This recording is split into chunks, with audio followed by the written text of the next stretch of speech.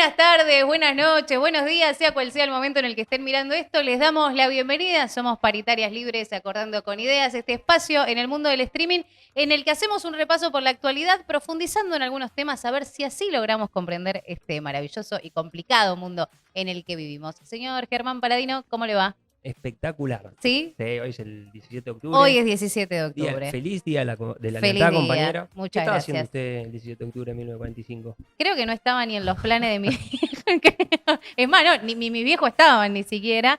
Pero bueno, sí, es un día obviamente que marcó la historia argentina, así que forma parte de la educación y de los primeros conocimientos que uno va teniendo, ¿no? Sí, total. Aparte es la irrupción de un sujeto social que en ese momento estaba, como dice Scalabrini Ortiz, en el subsuelo y que fue no organizadamente, sino No. por impulso, por sentimiento, a buscar a su líder, que después terminó constituyendo el movimiento más importante, popular y nacional más importante de Latinoamérica. O sea, es un hecho casi fundacional para la Argentina. Para la Argentina en su totalidad, porque a veces se habla para la política argentina y me parece que no, que trasciende a la política argentina, porque sin duda fue también una parte fundamental de la historia de todo el país, más allá de las preferencias políticas o no. Ahora, yo no te voy a preguntar qué estabas haciendo porque sé que no habías nacido tampoco en ese momento, pero ¿sí recordás cuándo fue el momento que tomaste conciencia sobre lo que significaba el 17 de octubre?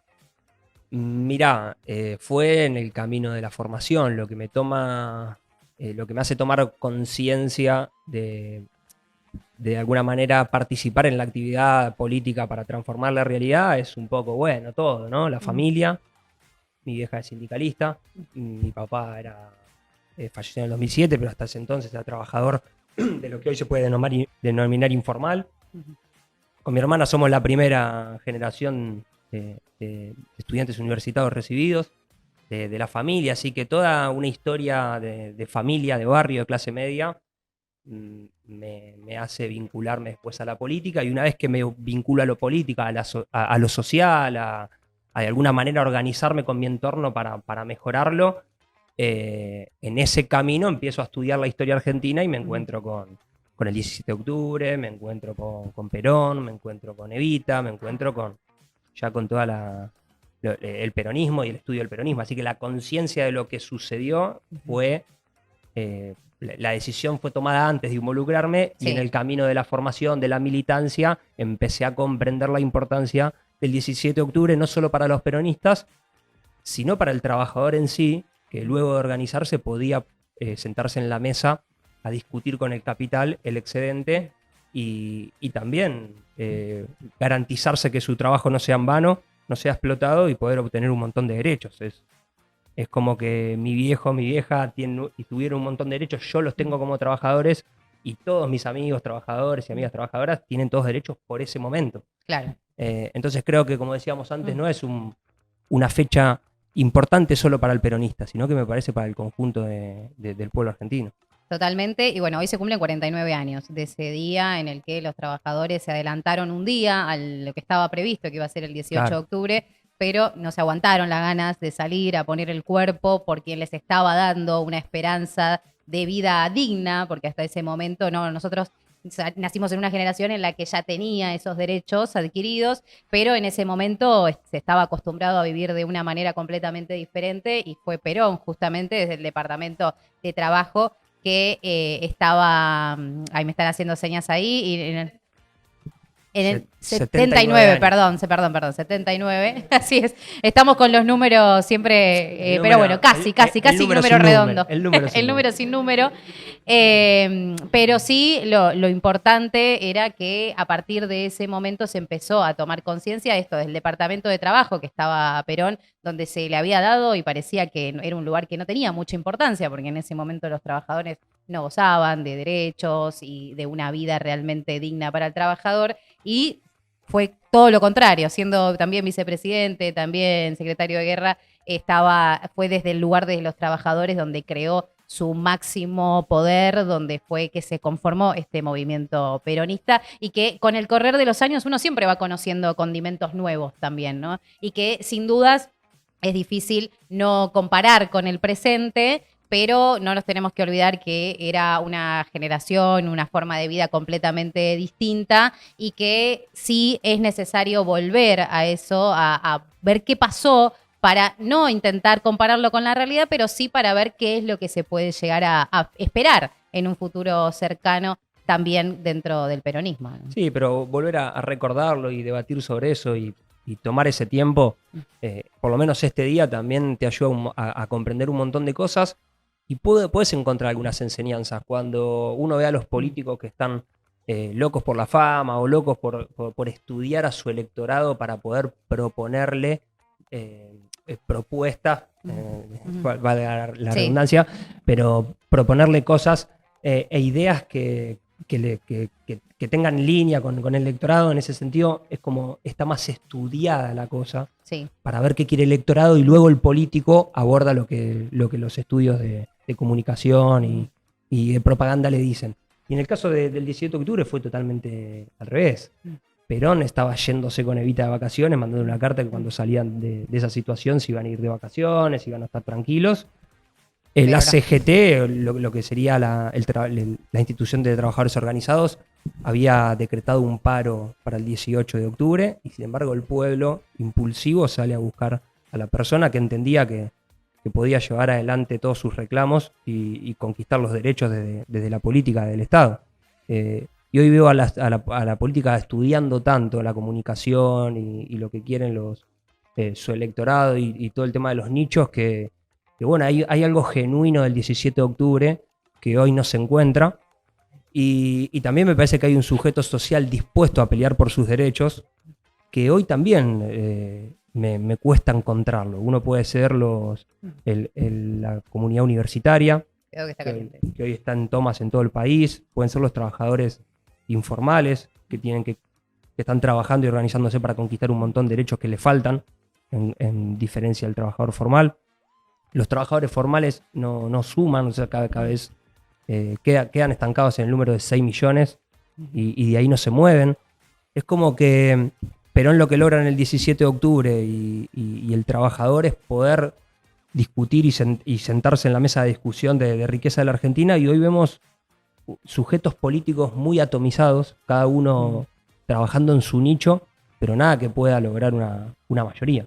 Eso es interesante también, parecería como que es cíclico, ¿no? Porque se estaba en un lugar donde no se conocía la existencia de los derechos laborales, o sí, pero era algo como una ilusión que parecía lejana, se consiguieron, ahora estamos en un momento en el que ya damos por hecho que es parte de nuestra vida común el hecho de tener derechos laborales, pero estamos también en un momento en el que un poco se pone en contradicciones y en discusiones de si eso realmente es lo que le hace bien al país o no, y que lleva a lugares, a veces, discusiones que son completamente individuales y por fuera de esta idea de comunidad que era lo que justamente generó la fuerza en ese momento para que se pueda llevar a cabo un 17 de octubre de manera así, totalmente genuina, la gente saliendo a la calle y poniendo el cuerpo para lo que creían que era correcto y que dio sus frutos. Claro, Eso hoy lo podemos ¿dónde seguir. lo ves eso?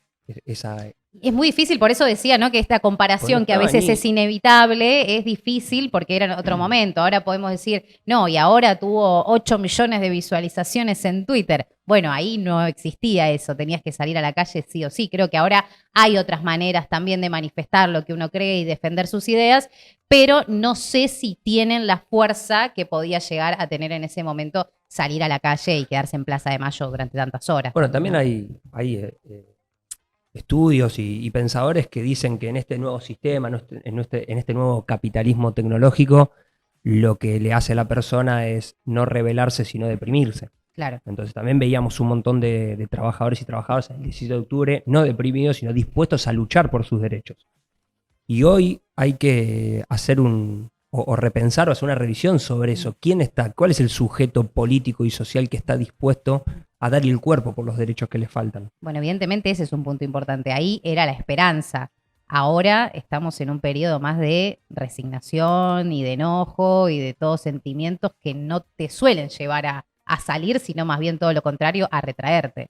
Sí, a retraerte y obviamente a no organizarte. Así que creo que, como pasando ya a otros temas, me parece que lo del sujeto, yo le digo sujeto social y político, pero el estudiante universitario que hoy está defendiendo su universidad pública y sus derechos al estudio en todas las universidades de las tomas, manifestándose rebelde, con una rebeldía, una cierta rebeldía, tomando las universidades, me parece como algo a repensar, a ver ahí, algo qué está pasando en esas tomas. No sé si vos pudiste ver los discursos de los estudiantes en cada Sí. toma, lo que está generando en la sociedad. Bueno, la Bueno, marcha creo que universitaria que tuvo réplicas en distintos puntos del país también es una demostración de eso. sí, y hoy se sigue la lucha en las tomas, que no es menor, están casi todas las universidades tomadas con asambleas, discutiendo la toma. Me parece que hay un caldo de cultivo importante que no sé si el gobierno lo está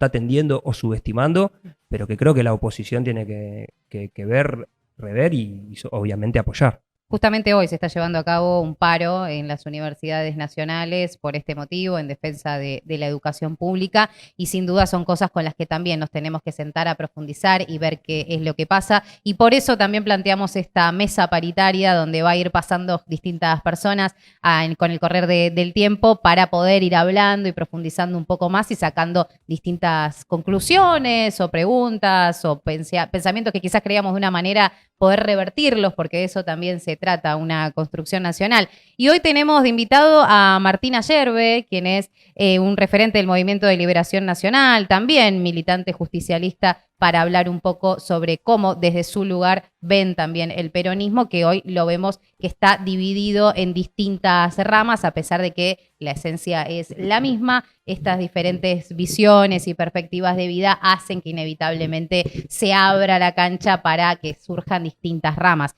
Y sin duda, si hablamos hoy también del peronismo, el foco está puesto en lo que está pasando con Cristina Fernández de Kirchner, con Axel Kicillof, ante una situación que particularmente yo no recuerdo algo similar en cuanto a que no sabemos si efectivamente se juntaron o no. Al momento de filmar esto, no había pasado tampoco lo que fue el acto en La Plata, en Berisso, perdón, del 17 de octubre, así que quizás para la próxima semana tengamos que volver a hablar sobre esto, pero al menos hasta hoy, acá, en este mismo momento, lo que se habla desde los distintos referentes, tanto cercano al gobernador bonaerense como a la expresidenta, es, desde el lado de Cristina dicen que hubo una reunión que duró 3 horas y desde el lado de Axel dicen que no existió ninguna reunión.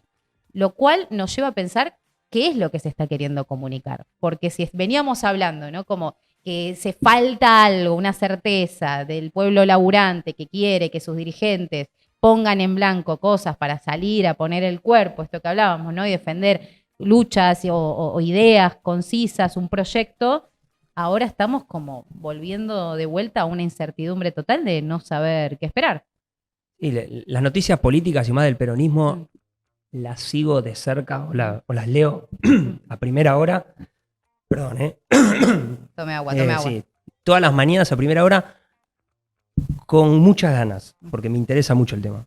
A esta le estoy poniendo unos huevos bárbaros porque me aburre la interna peronista, me aburre realmente. O sea, Axel, Cristina, Quintela, no sé, veo una discusión totalmente separada obviamente de la sociedad un montón, pero del militante también muy separada del militante. Me preocupa, siento que Cristina tiene todo tiene el deber, si ella lo piensa así de esa manera y tiene que tener la posibilidad de competir o de por lo menos posicionarse como la líder peronista, obviamente por todo lo que hizo, por los 2 años de gobierno. Tiene todo el derecho, igual que Quintela. Pero me parece que nosotros tenemos que hacer una crítica y dar la discusión en, che, está muy separada de la militancia esta discusión. Ponen en segundo plano la discusión programática, tanto Quintela como Cristina, que me parece que es la que más nos interesa a nosotros, es la que nos interpela y es donde nosotros queremos y podemos aportar, que es la discusión de qué vamos a hacer con estas nuevas sociedades, qué vamos a hacer y tengamos un diagnóstico, un buen diagnóstico colectivo y también que genere consenso de por qué ganó Milei, porque yo creo que ni sabemos por qué ganó Milei. Y lo que queremos hacer nosotros es ganar y después ver qué hacer.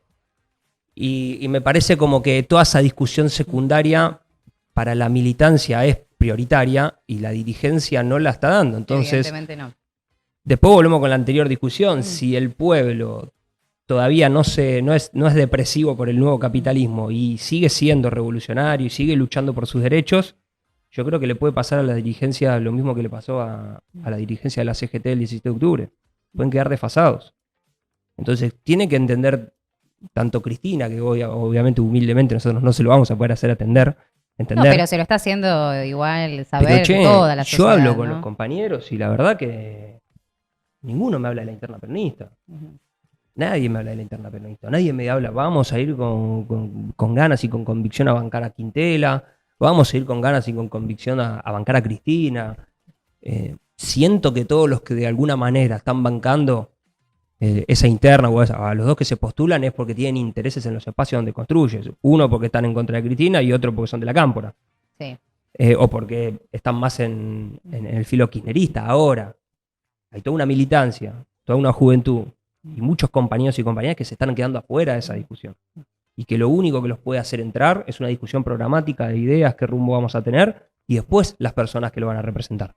Y sobre todo en un momento en el que pasan tantas cosas, porque si no pasara nada y se pudiera comer tranquilo las 4 comidas, se pudiera viajar sin problemas, no subirían los servicios de la forma en que lo hacen, los salarios alcanzarían para cubrir las necesidades básicas, bueno, está bien, discutan y fíjense quién va a ser la persona que tenga la lapicera, pero en un contexto tan complicado como en el que estamos viviendo, donde la soga empieza a apretar cada vez más, y la responsabilidad es lo que la discusión sea esa, evidentemente va a terminar empujando nuevamente a que o vuelva a ganar el espacio libertario o algún otro espacio que sepa leer eso y que pueda capitalizar ese enojo y desilusión que es reinante en este momento. ¿A vos te pasa eso? ¿Te sucede esto de que no te convoca, no te interpela?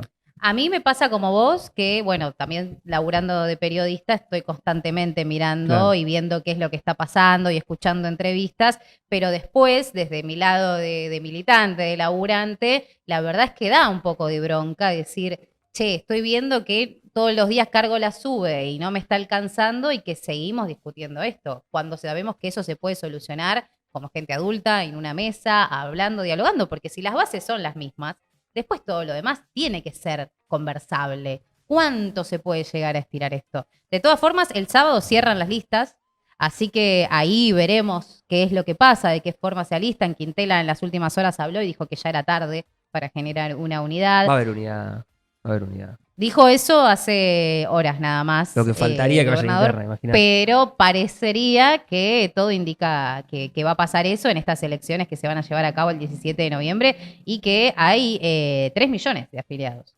Así que también es un porcentaje importante de la sociedad. Hay que ver cuántos van a votar, cuántos tienen ganas, cuánto esto le da realmente la intención de decir, che, voy a ir a poner mi voto y no. La mayoría del padrón la tiene Capital Federal y Provincia de Buenos Aires, sí. y los dos PJ se manifestaron a favor de Cristina. O sea, Quintela, si quiere ganar, yo creo que empieza de atrás y bueno, va a tener que proponer mucho, convocar mucho para poder ganar esa interna. Si no, le va a convenir bajarse.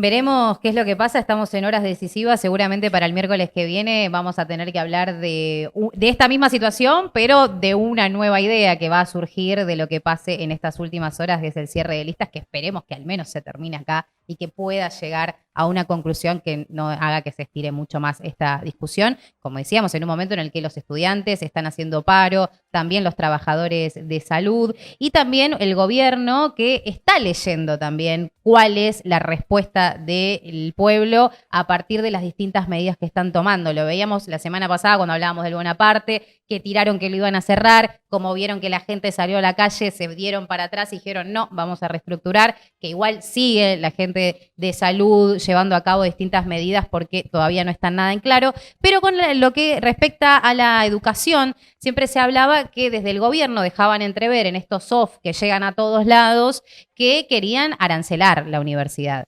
En base a esto, a partir de las marchas que se llevaron a cabo, tanto en Buenos Aires como en todas las provincias argentinas, el gobierno evidentemente tomó lo que se estaba diciendo y lo escuchamos al presidente Javier Milei, lo tenemos ahí en una de las entrevistas que dio, desmintiendo esto que ellos mismos habían dejado circular, diciendo que finalmente la universidad no va a ser arancelada. El primer punto es lo siguiente. Acá no está en discusión. No está en discusión la universidad pública y no está en discusión el tema de que es no arancelada. No arancelada. Es decir, porque gratuita no es. Está claro, sí. No arancelada. No arancelada. Es decir, alguien la está pagando. La pagan los que no van. ¿Ok? Lo deja en claro, lo dice varias veces. Evidentemente ahí hubo una asesoría comunicacional que le dijo, Javier, tenés que decir que no va a ser arancelada porque es algo que también desde sectores del PRO y del radicalismo, esta oposición dialoguista, también reclamaban diciendo, bueno, vamos a aceptar el veto, pero queremos defender la universidad que siga siendo pública y no arancelada, aunque ahora te dicen para los argentinos. Le meten eso, como que quieren que los extranjeros, que ya hemos escuchado un montón de especialistas, trabajadores de las distintas universidades diciendo que eso realmente no haría ninguna modificación en el grueso del financiamiento, sino que sería más bien otra cuestión ideológica. Sí, a mí me parece y me da la sensación que la discusión puede ser mucho más interesante por cómo la plantea Milei. Yo la verdad que a él nunca lo escuché que la universidad tenía que ser privada o arancelada. Creo que él siempre dijo que no tenía que ser arancelada, pero dejaba bien en claro que eso se pagaba, que no era gratuita, sino que la pagaban los que no iban. Y me parece que lo que está haciendo el gobierno no es discutir el arancel o la privatización, sí o la privatización no. Me parece que lo que está discutiendo es la conducción. Porque dice, el problema no es en el arancel o en la educación pública. El problema está en que el Estado le da plata de los impuestos y ustedes la administran para hacer política y ahí señala el radicalismo. Yo creo que el gobierno está yendo en contra de la discusión, manda a sus militantes, si no los manda hay una actitud genuina de sus militantes de ir a romper las tomas o meterse en la discusión por el territorio, porque creo que lo que quiere hacer el gobierno y en la cabeza de Milei es no arancelar la universidad, sino quedarse con la discusión, con la conducción de la universidad. Y eso me parece peor porque una universidad pública conducida por los libertarios, que lo único que hacen es generar violencia, quieren destruir al Estado, tienen todas ideas anarquistas, locas, que no existen en el mundo, con una conducción de esas características en una universidad pública, construyendo los programas de estudio, puede ser peligroso por la línea que baje el estudio, por la línea que bajen en la universidad. Sobre todo por esta batalla cultural de Entonces, la que tanta hablan, ¿no? Que quieran discutir el arancel, la verdad que no me preocuparía porque sé que eso lo pierden por mayoría. Esa discusión la pierden por mayoría.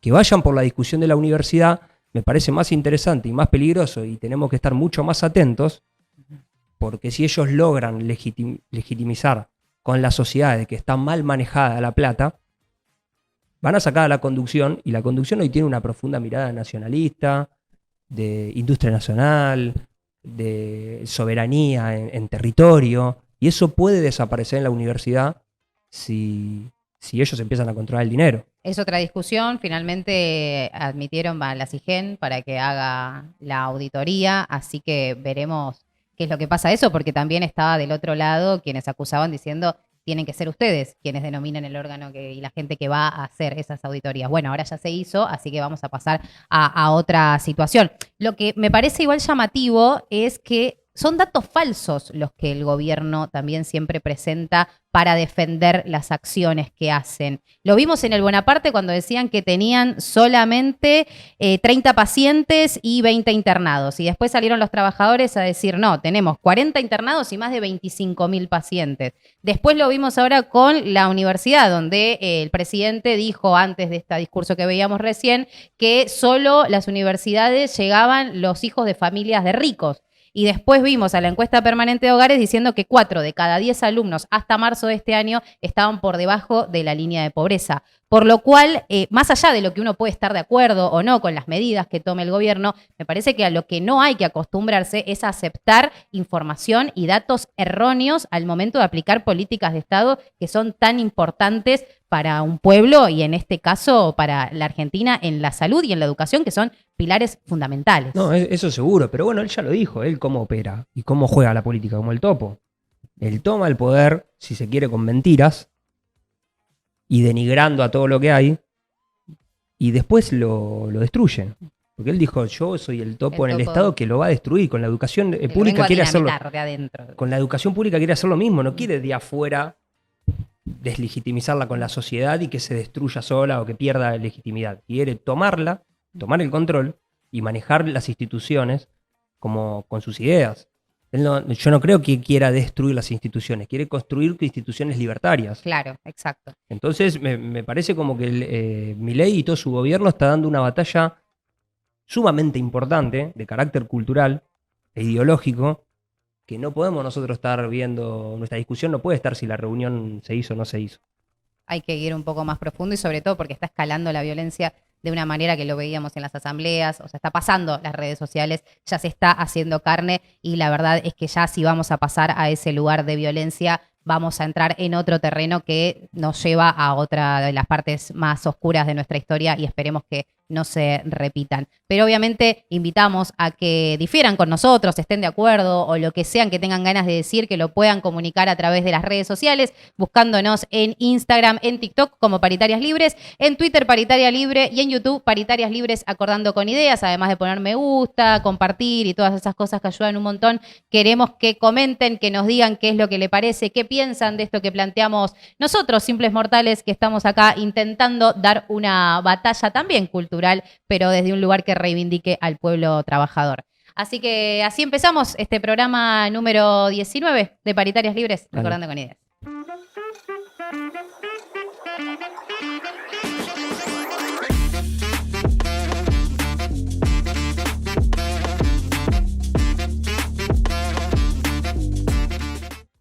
Le damos la bienvenida a la mesa paritaria de la fecha a Martín Ayerbe. ¿Cómo estás, Martín? Gracias por venir.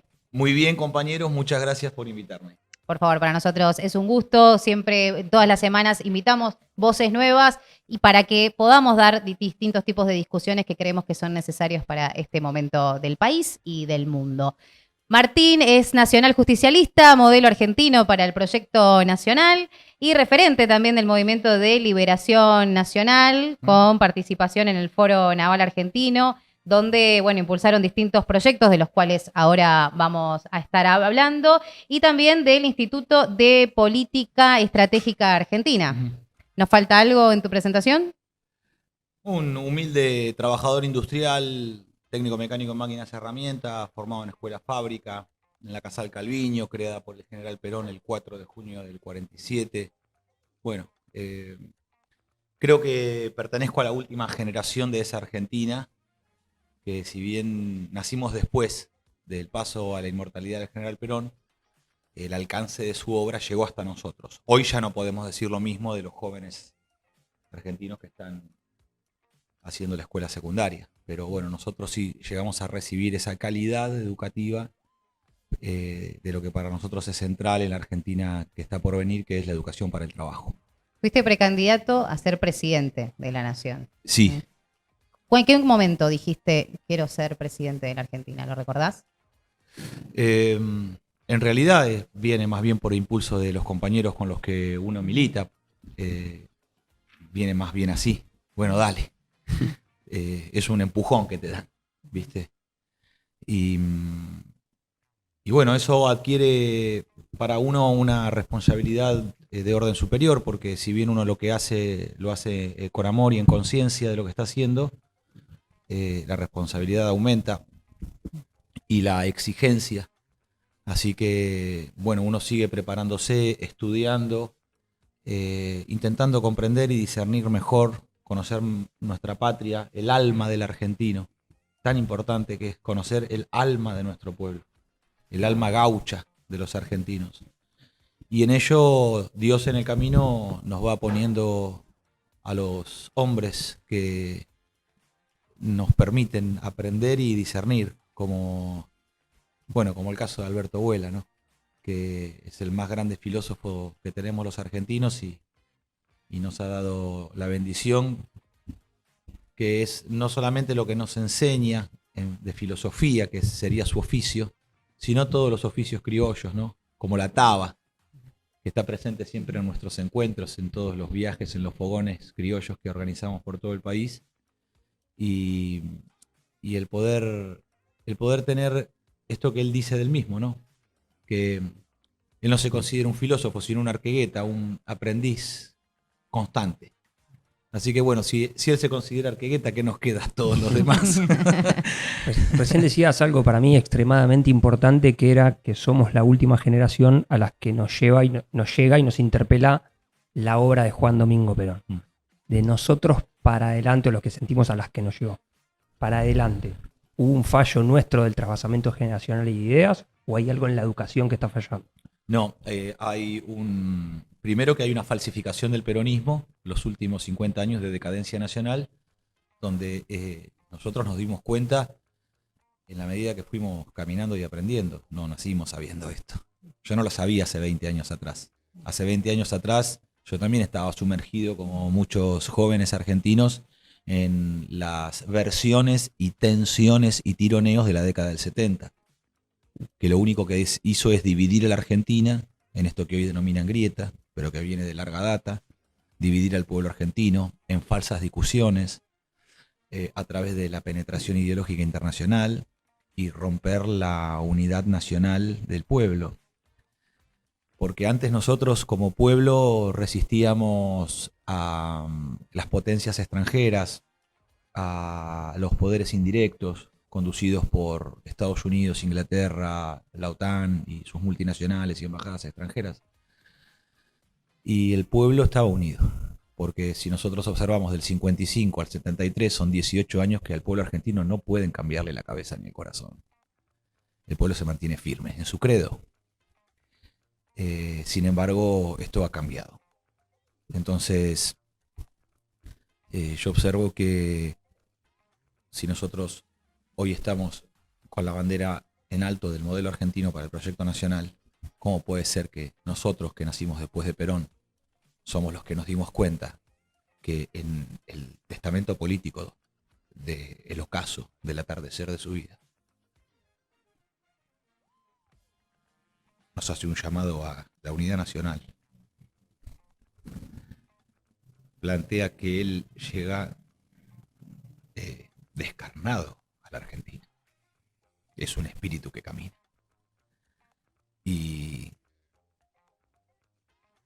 le dice a los argentinos que hay que presentarse al modelo argentino para construir una teoría política definitiva de los argentinos, porque somos muy afectos a importar ideologías extranjeras, pero es el tiempo de desarrollar nuestra propia teoría política, y que para eso se necesita presentarse con las almas y los espíritus desarmados, porque la idea debe reemplazar a la agresión y ser la única arma de lucha política entre argentinos, porque para un argentino no debe haber nada mejor que otro argentino. Bueno, está pendiente, y somos nosotros los que sentimos la responsabilidad histórica de llevar el modelo argentino a su consecución y a su victoria final, que es la unidad de los argentinos. Porque para un argentino, hoy, 2024, el 17 de octubre, celebramos la lealtad al general Perón y al modelo argentino. Porque para un argentino no tiene que haber nada mejor que otro argentino. ¿Y qué es ese modelo? ¿Cómo los une a los argentinos? ¿Qué hay un modelo de industrialización? ¿Cuál es la épica para volver a unir a los argentinos? Bueno, la épica es, entiendo yo, aquello que va a superar la actual ruptura de representación. No estamos en una crisis de representación. Las crisis son fenómenos pasajeros, que son superados con correcciones. 50 años de decadencia no se pueden corregir, porque la decadencia tiene una ley interior. Es un problema filosófico, que si no se resuelve filosóficamente no se puede avanzar. Es un problema filosófico. La decadencia tiene una ley interior, que es que siempre se puede ser más decadente. No tiene fin. Entonces se sale como Dédalo e Ícaro del laberinto cretense, solo por arriba. No se puede buscar caminando los pasos para atrás o intentar adivinar un camino alternativo. Hay que salir de esto por arriba, y esta decadencia es producto de que se ha abandonado la idea de sacrificio de uno para los demás. Entonces, si nosotros somos capaces de constituir hoy en la Argentina 100.000 predicadores, conductores que guíen a través de su propia conducta, de su ética, de las virtudes, dando el ejemplo que es la mejor forma de contagio que puede haber entre los hombres, y haciendo de el sacrificio una forma de vivir, porque solamente se puede recuperar la dimensión épica en aquellos conductores que estén dispuestos al sacrificio personal por el bien común de todos los argentinos. Solamente así el pueblo confiará la representación a esos hombres. Si no, el pueblo no confiará la representación. Irá a votar, pero eso no quiere decir que confía en la representación. Entonces, eso con respecto a la épica. Y con respecto al modelo argentino, bueno, el propio general Perón, que es... El peronismo es la última edad, quizás, del movimiento nacional. Es su última edad, pero el movimiento nacional existe desde que Martín del Barco Centenel escribió el poema La Argentina en 1602. Entonces hay 400 años de Argentina. Y si vamos para más atrás, somos hispanoamericanos. Ni tan indios ni tan españoles. Hay una discusión sobre eso, ¿no? Criollos. Sí, en la lucha y en el lecho se hizo esta raza. Los criollos. Que tiene, bueno, la dimensión temporal del indio, ¿no? El tiempo solo es tardanza de lo que está por venir. Es una mirada larga. Yo lo veo en los ojos del general Perón, porque está mirando un tehuelche desde el fondo de la historia. Al tiempo que hay un vasco también, ¿no? Donde ahí también viaja la hispanidad, viaja el orden vertical de los valores. Y constituye lo que son, así como hay cuatro virtudes teologales, 4 virtudes cardinales, también hay 4 virtudes gauchas. Bueno, las 4 virtudes teologales son la fe, la esperanza, la caridad y la humildad. Las 4 virtudes cardinales son la fortaleza, la prudencia, la templanza y la justicia.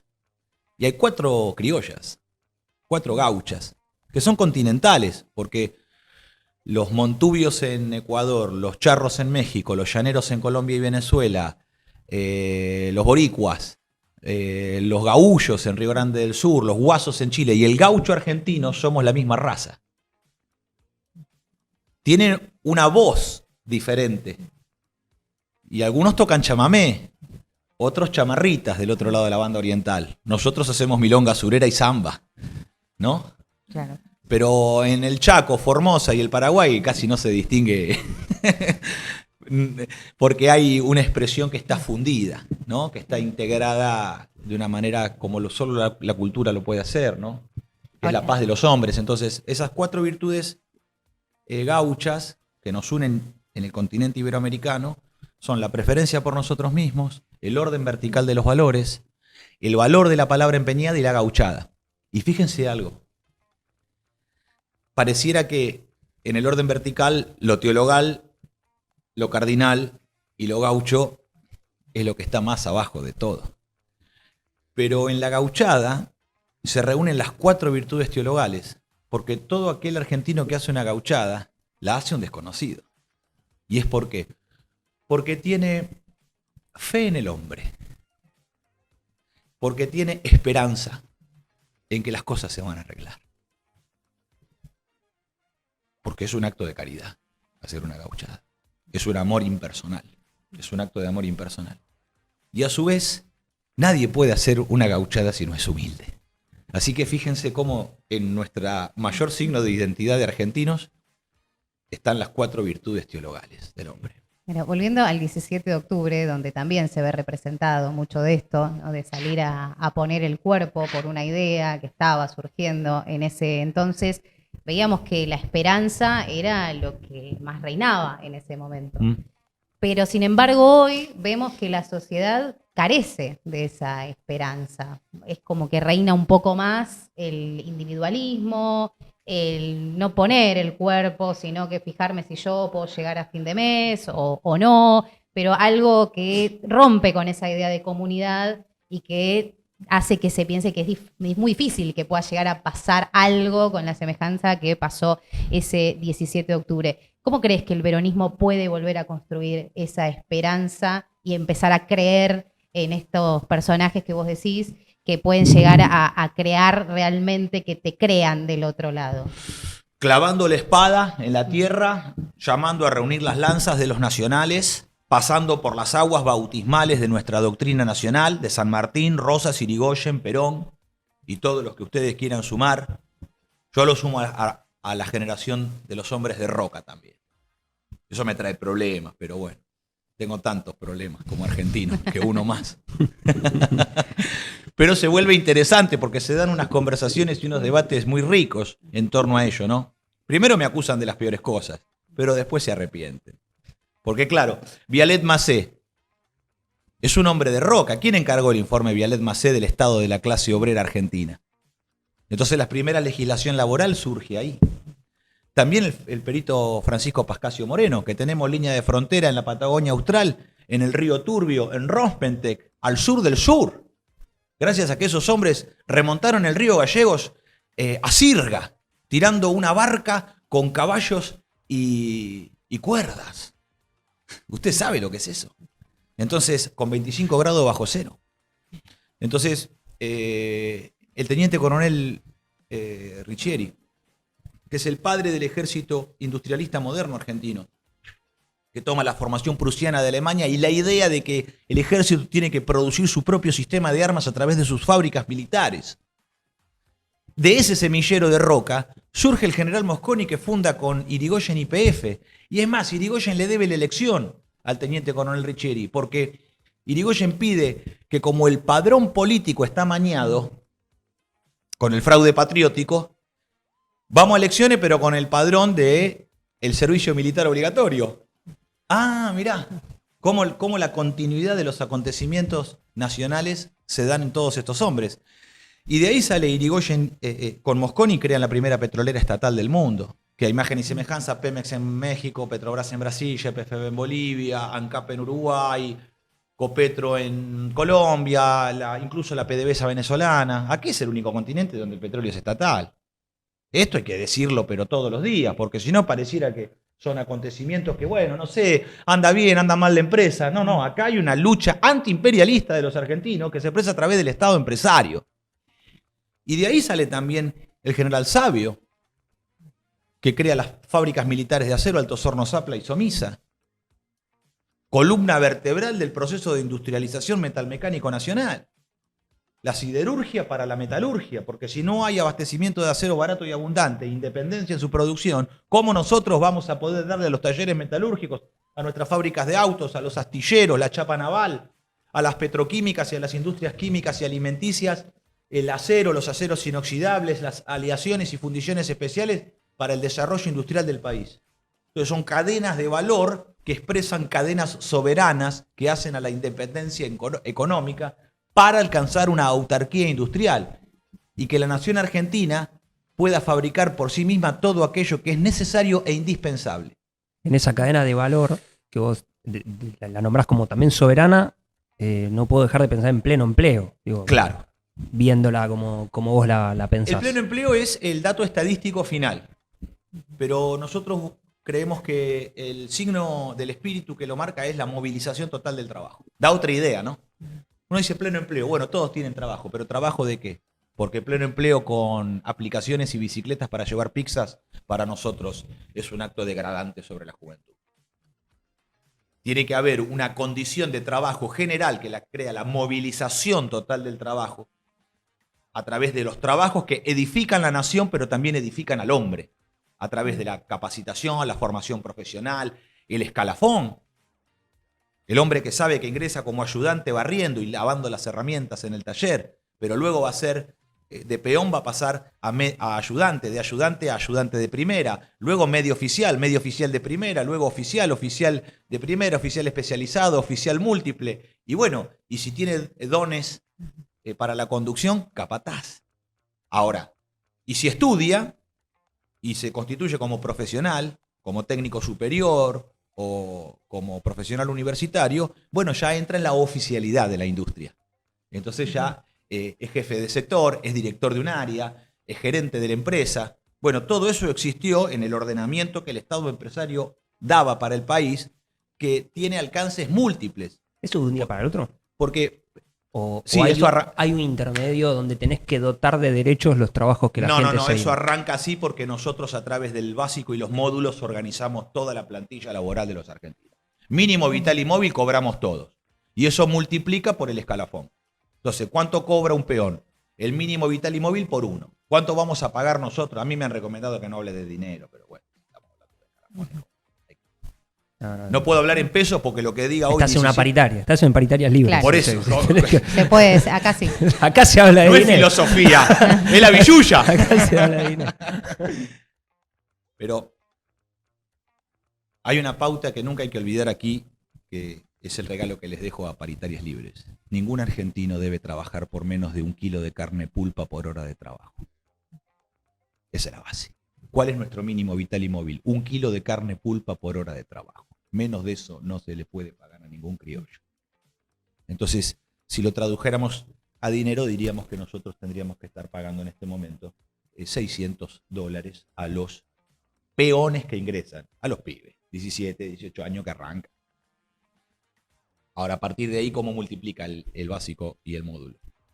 Vos tenés el mínimo vital y móvil que multiplica por 1 porque es la categoría inferior, pero ya si pasa a ser ayudante, ya en vez de multiplicar por 1, multiplica por 1.25.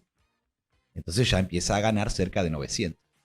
Y si 800 y pico. Si ya es ayudante de primera, ya multiplica por 1.5. Entonces ya gana el 50% más de lo que entró, pero en función de que se esfuerce, de que se capacite, de que sea idóneo en la tarea. Porque no puede ser esta Argentina donde la Biblia junto al calefón y lo mismo un burro que un gran profesor. Tiene que volver el orden jerárquico y la autoridad, viejo, en el país. Esto es un problema también filosófico a resolver, pero que hay que resolverlo de manera práctica a través del orden vertical que el propio pueblo necesita establecer. Porque los que quieren diluir la autoridad son los chetos que conducen la Argentina. Es la oligarquía política que quiere quitarnos poder. ¿Y cómo nos quita poder? Rompiendo la autoridad. Los que son maestros, los que dan clases, saben perfectamente que en este momento en la escuela pública se está forzando al maestro, que es la figura de la escuela. Porque acá lo único que importa es el maestro, acá no importan los que están en la burocracia del Ministerio de Educación, que es totalmente inútil para todo servicio y que pretende acomodar la realidad a su ideología. Entonces dicen que ahora los niños tienen que estar de acuerdo con la sanción del maestro y que si hay una sanción disciplinaria o hay una mala nota, el alumno tiene que también él estar de acuerdo porque hay que consensuarlo con el profesor. ¿Dónde se ha visto esto? Nosotros que venimos de escuela fábrica, que en tercer año estábamos haciendo cálculo diferencial, que teníamos 16 años, todavía no nos habíamos puesto de novio con una señorita, porque la escuela fábrica es terrible, somos todos varones. Entonces, tardamos mucho en hacer esas cosas. Sin embargo, estábamos haciendo en el cuarto año, a los 16 años, análisis matemático, viendo funciones límite, derivadas, integrales, máximos y mínimos. Un nivel matemático muy alto, que luego se ve cuando uno ya está en la universidad, en la Tecnológica Nacional, en lo que fue la UOM, ¿no? La Universidad Obrera Nacional. Entonces este orden vertical que se expresa en la plantilla salarial hace que el hombre se va esforzando y se va calificando, va aprendiendo y el esfuerzo del hombre es recompensado. Es recompensado, porque si no, no dan ganas de trabajar en esta condición. No dan ganas de trabajar, porque si no se reconoce el esfuerzo del hombre en la producción. Todo es inútil. Y quieren volver con este régimen, el progresismo, que es el socio menor y llorón del liberalismo. Quieren reducirnos a servidumbre con una renta básica universal, matando el trabajo. Nosotros vamos a enfrentar esto con la vida si es necesario. Somos capaces de hacernos matar en contra de la imposición de la renta básica universal, al igual que dentro de la línea de frontera mandamos los argentinos, y somos capaces de hacernos matar por esta idea. ¿Y cómo contenés hasta que empezás a ver los frutos de este proyecto industrializado? Pagando salarios industriales. No se queja nadie, está todo el mundo contento y se acaban los planes sociales, las bolsas de comida y todo esto que vino como contingencia a ayudar y resulta que los planes sociales, después de que Menem privatiza las empresas del Estado en la década del 90, larga 3 millones de desocupados, así. Porque ante la caída de la empresa del Estado, lo que no se ve es que caen los proveedores de la pequeña y mediana empresa argentina. Todos los proveedores PYME de YPF, los proveedores PYME de Somisa, de Altos Hornos Zapla, de las 14 fábricas de la Dirección General de Fabricaciones Militares, de los astilleros y fábricas navales del Estado, de los puertos, todos los que eran proveedores, que son el 70% del valor agregado, también caen. Porque hay una internacionalización de la economía a través de la privatización, donde las multinacionales que se hacen de las empresas del Estado tienen su propia cadena de suministro internacional, entonces no compran acá. Entonces cae la pyme también. Entonces en esto nosotros tenemos que en la movilización total del trabajo largar un impulso para alcanzar el pleno empleo en 4 años dando 5 millones de puestos de trabajo. Lo vamos a hacer así. Desde las empresas del Estado, las que hay, las que recuperemos y las que haya que crear, porque el modelo argentino, que viene de San Martín, de Rosas, que nacionaliza la banca de comercio exterior, de Irigoyen, que crea YPF, y también Francisco de Arteaga, el área material Córdoba, la fábrica militar de aviones, toda la obra del general Perón con Sabio, Luteral, Baldrich, todos los hombres de su tiempo que lo acompañaron, llegamos a tener en la década del 70, en el 74 75 con Perón y con Isabel, 300 empresas del Estado. Y dominábamos todos los planos de la economía. Bueno, esto que daba una cadena de valor a la pequeña y mediana empresa, ¿por qué? Porque demandaba de la pyme el auténtico compre nacional que solamente lo da una política soberana de dar las órdenes de compra. Esto de creer que vas a hablar con los franceses de la Peugeot y le vas a decir, no, compren la Argentina, así le da trabajo a los argentinos, se te cagan de risa en la cara. Pero para hacer todo esto, ¿está o hay que sacársela a alguien del Estado? Mira, el astillero Río Santiago está listo para ser la nave insignia de la construcción de la industria naval y de la flota mercante argentina, pero con la actual conducción que hay esto es imposible, porque no tienen ningún interés en hacerlo. El astillero está totalmente paralizado, no termina los 2 barcos que contrató Venezuela, que ya pagó por adelantado, y que llevan 18 años sin terminar el primero. Y un barco tiene que estar terminado a los 2 años y medio, 3 años a más tardar. No puede ser que 18 años después no se haya entregado siquiera el primero. Entonces esto es destrucción adrede, es sabotaje industrial. Porque el mayor problema no es la deuda que hay con Venezuela, o que a Venezuela le falten 2 barcos. Porque son barcos que en su momento se cotizaron 56 millones de dólares y ahora los quieren cobrar arriba de 90 millones de dólares porque pasó el tiempo. Es un absurdo. ¿Cómo el constructor que demora la entrega de la obra quiere cobrar el doble de lo que vale la obra? Al revés, lo tienen que multar. Porque la justicia no es la justicia entre argentinos y después nosotros nos abusamos de los demás. No, nosotros somos criollos, somos argentinos, tenemos que dar el ejemplo en el mundo. Tenemos que dar el ejemplo de justicia en nuestra patria, pero tenemos que ser justos con los demás. Porque solamente la justicia es la que puede traer la paz. Y si no hay justicia, que no haya paz. Entonces, el astillero está listo para construir. Tiene hoy 3.000 hombres, se está achicando cada vez más, pero tiene capacidad para absorber más de 9.000 hombres. Entonces hoy tenemos solamente un turno, pero si tuviéramos el astillero a toda máquina trabajando 3 turnos, las 24 horas, tendríamos capacidad para 9.000 hombres. El plan naval que nosotros diseñamos tiene que absorber 25.000 hombres en la industria naval directa de astilleros, pero va a absorber 35.000 más de los navalpartistas, de la industria que lo abastece de bienes, de servicios, no sé, pintura, electrodo, bueno, todos los insumos, la chapa. Y eso va a provocar que esos trabajos, esos 60.000 trabajos navales, en el consumo, generan en la comunidad 90.000 trabajos más. Vos te vas a cortar el pelo a la peluquería si tenés laburo. Cuando no tenés laburo, no vas a la peluquería porque lo considerás un gasto superfluo. Pero cuando vos ganás bien, vas a la peluquería, vas a comprar asado a la carnicería, en la panadería no comprás una bolsa de pan, llevas factura, llevas una pasta frola.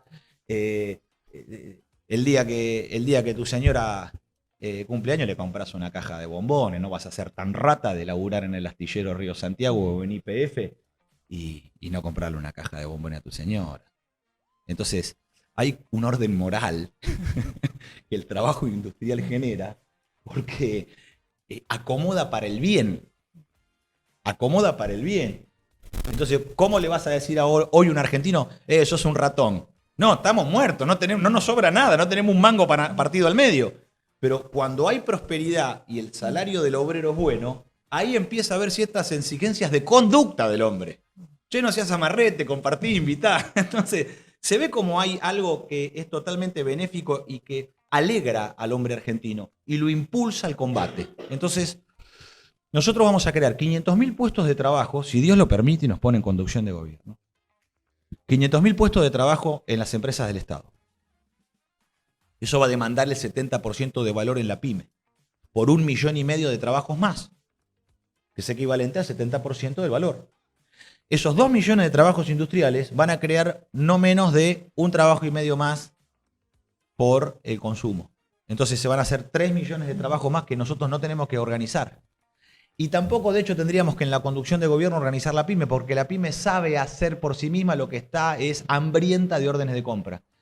¿Y el rol del Estado empresario cuál es? Nosotros creando los 500.000 puestos de trabajo, se pone en marcha la máquina y la pyme empieza a proveer y nosotros le tenemos que dar orden de compra, anticipo de factura,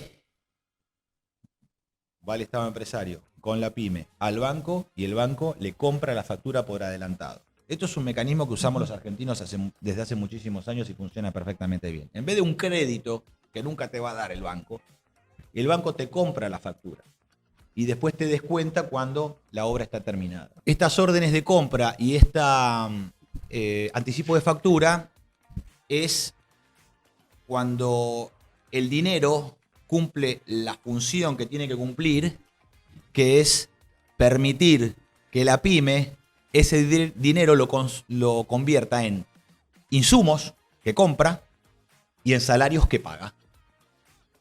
Y de esa manera produce valor agregado. Cuando produzca el valor agregado, va a entregar su orden de compra. En el medio de todo eso, ¿qué hay? Transferencia tecnológica, garantía de calidad y conducción de obra. ¿Por qué? Porque el proveedor que trabaja para la Comisión Nacional de Energía Atómica y es proveedor de un reactor nuclear, que fabrica una pieza, una parte o varias de un reactor nuclear, no puede por sí mismo alcanzar la certificación internacional de la Organización Internacional de Energía Atómica. Pero sí a través de la Comisión Nacional de Energía Atómica, siendo proveedor, la Comisión de Energía Atómica certifica el trabajo de esa fábrica, de esa pyme. Aunque sea un pequeño taller, como me ha ocurrido a mí, que hemos fabricado recipientes soldados para el Centro Atómico Pilcanilleu, y siendo un humilde taller que en su máximo alcanzó 12 trabajadores en planta, y 8 trabajadores en planta y 4 en montaje, una metalúrgica, como hay cientos de miles en el país. Cuando nosotros le vendimos a la Comisión Nacional de Energía Atómica, la comisión es la que se encarga de la garantía de calidad, de la inspección, de hacer tintas penetrantes en la soldadura, ultrasonido y placa radiográfica en los cruces, que son los requerimientos para un recipiente soldado que vos tenés que cumplir. Y cuando somos nosotros que somos proveedores de material ferroviario, cuando le vendemos a Ferrocarriles Argentinos, Ferrocarriles da la norma internacional, en este caso es la Japanese Institute of Standards, con la cual nosotros fabricamos la morcetería de la catenaria del ferrocarril Roca, que la hemos fabricado desde el año 2009, 2010, y hemos provisto toda la electrificación que se hizo hasta La Plata, desde Temperley hasta La Plata. Y era un producto que vino de Japón en la década del 80 y nosotros lo nacionalizamos al 100%. Hicimos lo que se llama sustitución de importación, que es hacer la ingeniería inversa y hacerlo cumpliendo con las normas con las que fue fabricado. Para eso el sistema también de educación técnica, como la Universidad Nacional de La Plata y el Grupo de Ensayo Mecánica Aplicada, es quien a nosotros nos realiza los ensayos. Y como el INTI, que armó una mesa de asesoramiento para asistir a un pequeño taller como el nuestro, pero que iba a fabricar algo de origen extranjero. Entonces, la Argentina tiene todo para hacerlo. ¿Esto qué requiere? Un orden en la conducción, porque acá el problema no es el pueblo. Acá lo mejor que tenemos los argentinos es el pueblo argentino. Y el mayor tesoro de los argentinos no son los recursos naturales, son los niños. Y aquí el problema está en la conducción. Los 50 años de decadencia no son por culpa del pueblo argentino, son por la dirigencia argentina, que ha abandonado el modelo argentino para el proyecto nacional. Desde el año 74 para acá, se hacen todo la gallina distraída y quieren reemplazarlo con John Maynard Keynes, lo quieren reemplazar con Tony Blair, lo quieren reemplazar con la socialdemocracia alemana, lo quieren reemplazar con los pervertidos de la escuela de Frankfurt, con los pervertidos de Freud, de Foucault, de Derrida, de Althusser, teniendo nosotros a los más grandes sociólogos del continente como Scalabrini, Ortiz y Arturo Jaureche, que son los padres de la sociología argentina.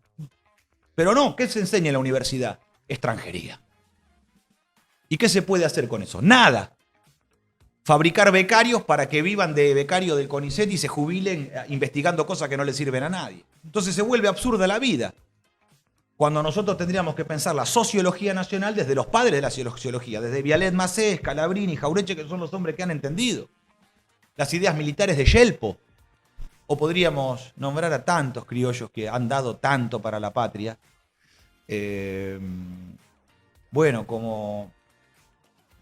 Como Alberto Vuela, ¿no? Que lo tenemos con nosotros y que si yo conozco estas cosas es porque el viejo me lo ha enseñado, porque se ha tomado el trabajo de decirme, Martín, hemos tenido grandes hombres del pensamiento nacional y grandes filósofos como Nimio de Anquín, grandes hombres del pensamiento filosófico que también vienen desde la teología, como puede ser Membiel o como puede ser el padre Castellani, hombres que vale la pena conocer.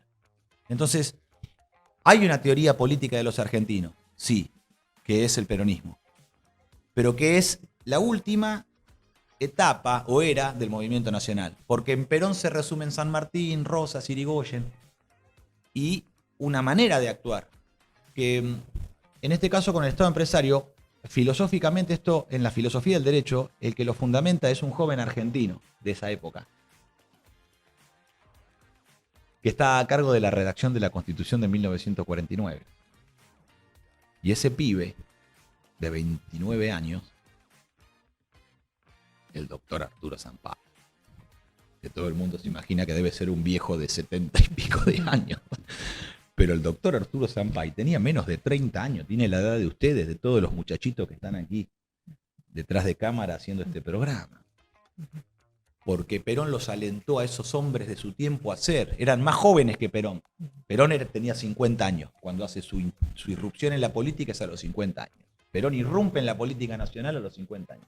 Pero Sampaio tenía 29. ¿Cuánto tenía Ramón Carrillo, su ministro de Salud? También. ¿Y cuánto tenía el ministro de Economía? El ojalatero, Miranda. Y Perón, ¿qué le dijo? Vayan y hagan. Ustedes tienen que ser creadores. Entonces, por eso hubo tanto coraje.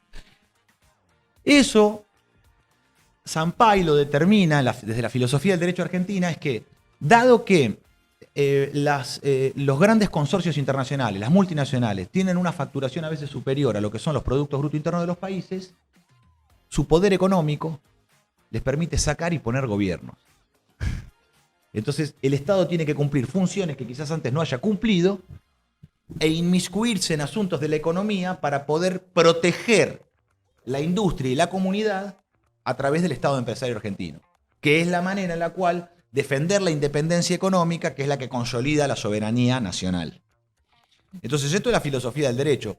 Y aquello otro que vos manifestaste con respecto a qué es lo que hay que hacer, ¿no? Bueno, hay que clavar la espada y reunir las lanzas de los nacionales. Pero aquí tiene que haber una voluntad de sacrificio de los que pretendan ser conductores de la Argentina. Porque en el signo de ese sacrificio, el pueblo argentino nos va a poder reconocer. Pero hay que vivir de la misma manera que se piensa. Y hay que dar el ejemplo a través de la ética de las virtudes contra la ética de los deberes de Immanuel Kant. Porque la ética del deber es una ley fría y exterior. Es ideológica. Más la ética de la virtud, el hombre encuentra en su propia ley interior de su corazón lo que está bien y lo que está mal. Todos sabemos lo que está bien y lo que está mal. Después lo que hagamos es aparte, pero todos sabemos. ¿Hay sectores actuales que están ahora en el poder o que están disputando poder dentro del peronismo con los que crees que podría llegar a trabajar? Con todos. Con todos los que quieran edificar el modelo argentino para el proyecto nacional. Ahora, pero si hay peronistas que pretenden conducir con la doctrina de John Maynard Keynes, nosotros no nos podemos unir con ellos. Si hay peronistas que pretenden conducir y llevar adelante el gobierno en nombre de Perón con el manual de John Maynard Keynes, nosotros no nos podemos unir con ellos. No importa si ellos tienen más poder institucional que nosotros, o si le ponen más guita a los medios de comunicación, o si los bancan las embajadas extranjeras o las fundaciones internacionales. Bueno, justamente por eso nos unimos con ellos. Porque nosotros no reconocemos autoridad por fuera de nuestra línea de frontera. Y consideramos que es un acto de traición recibir ayuda extranjera. Acá los asuntos nacionales los tenemos que resolver cara a cara entre criollos. Entre nosotros. A mano limpia. Entonces, en este aspecto, todos los argentinos, no solamente algún sector o algún dirigente, sino todos los argentinos, los convoco a edificar el modelo argentino para el proyecto nacional. Porque hay buenas ideas que han nutrido al modelo argentino y a la doctrina nacional, que no son todas del peronismo, que son anteriores.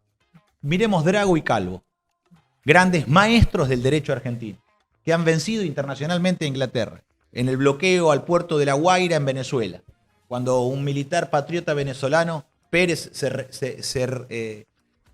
rechaza el pagar la deuda externa con el hambre del pueblo.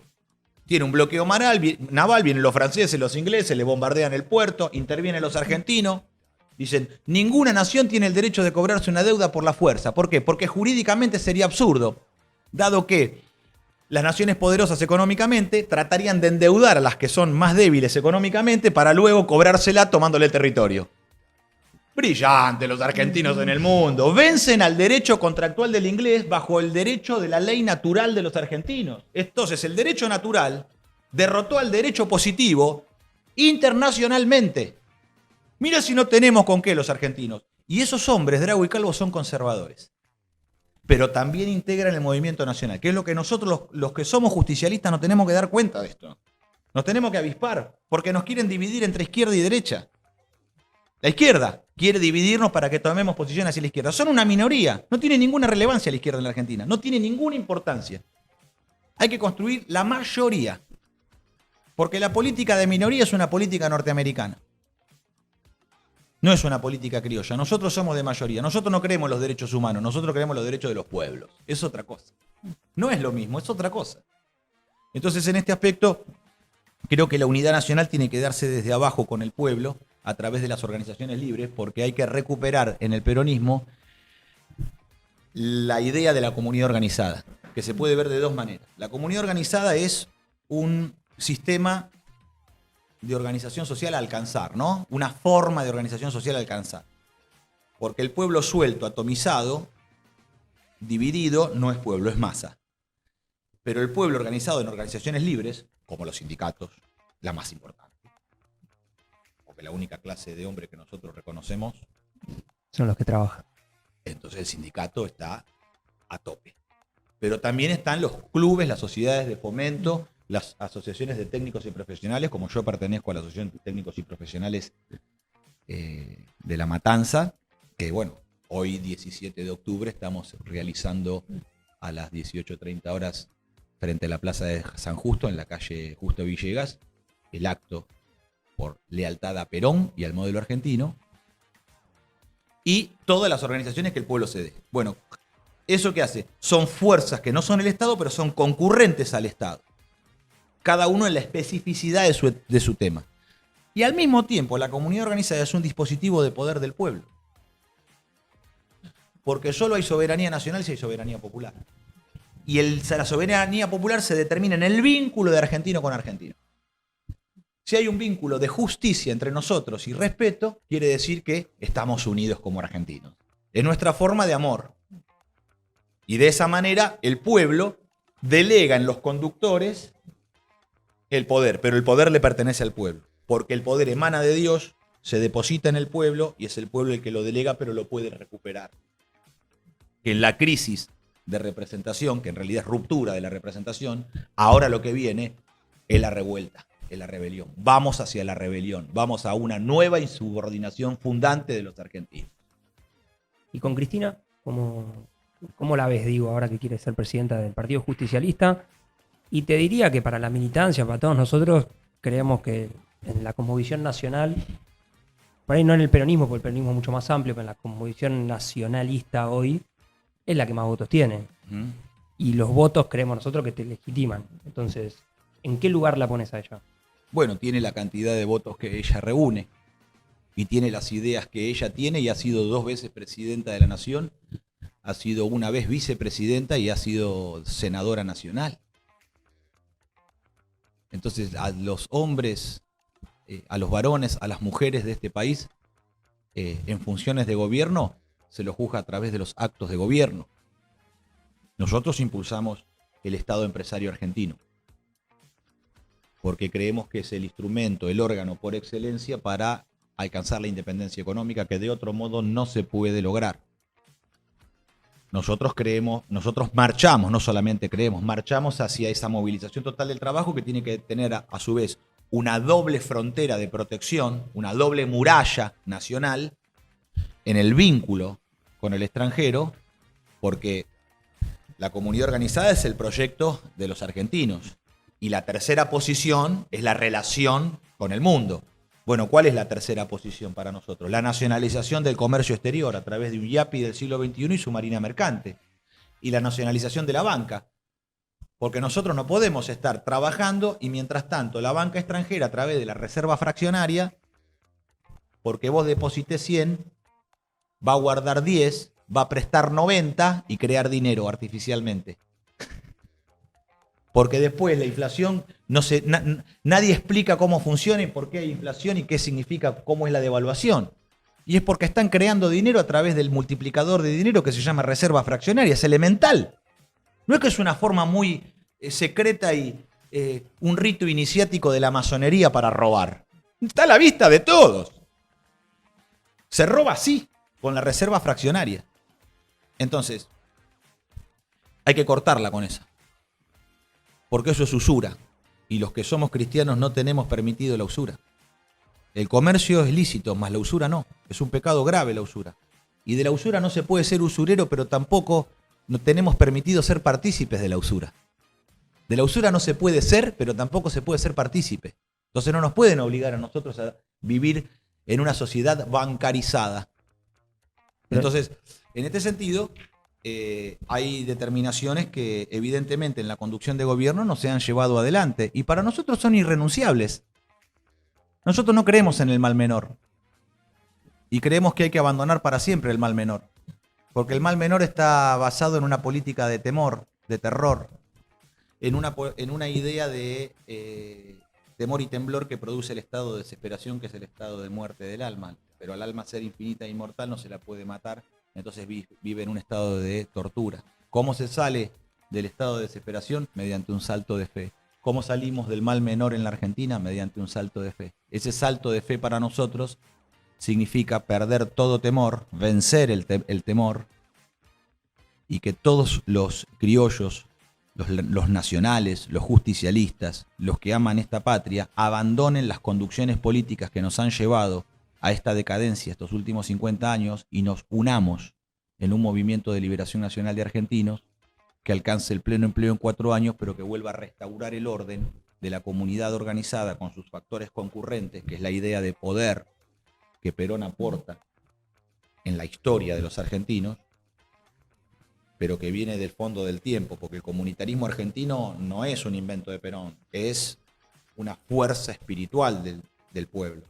Y lo mismo con respecto al espíritu, ¿no? Crear una axiología criolla, volver a recuperar el barroco criollo, que es el chasis psíquico en el cual se expresa toda nuestra filosofía y nuestro pensamiento. La filosofía argentina no está en la academia, la filosofía argentina está en la Biblia Gaucha, en la Martín Fierro y en sus apóstoles, en José Larralde, en Marcelo Verbel, en Jiménez Agüero, en Hamlet Lima Quintana, en Armando Tejada Gómez, en el gran Homero Mansi, en el tango argentino. Todo se entiende ahí.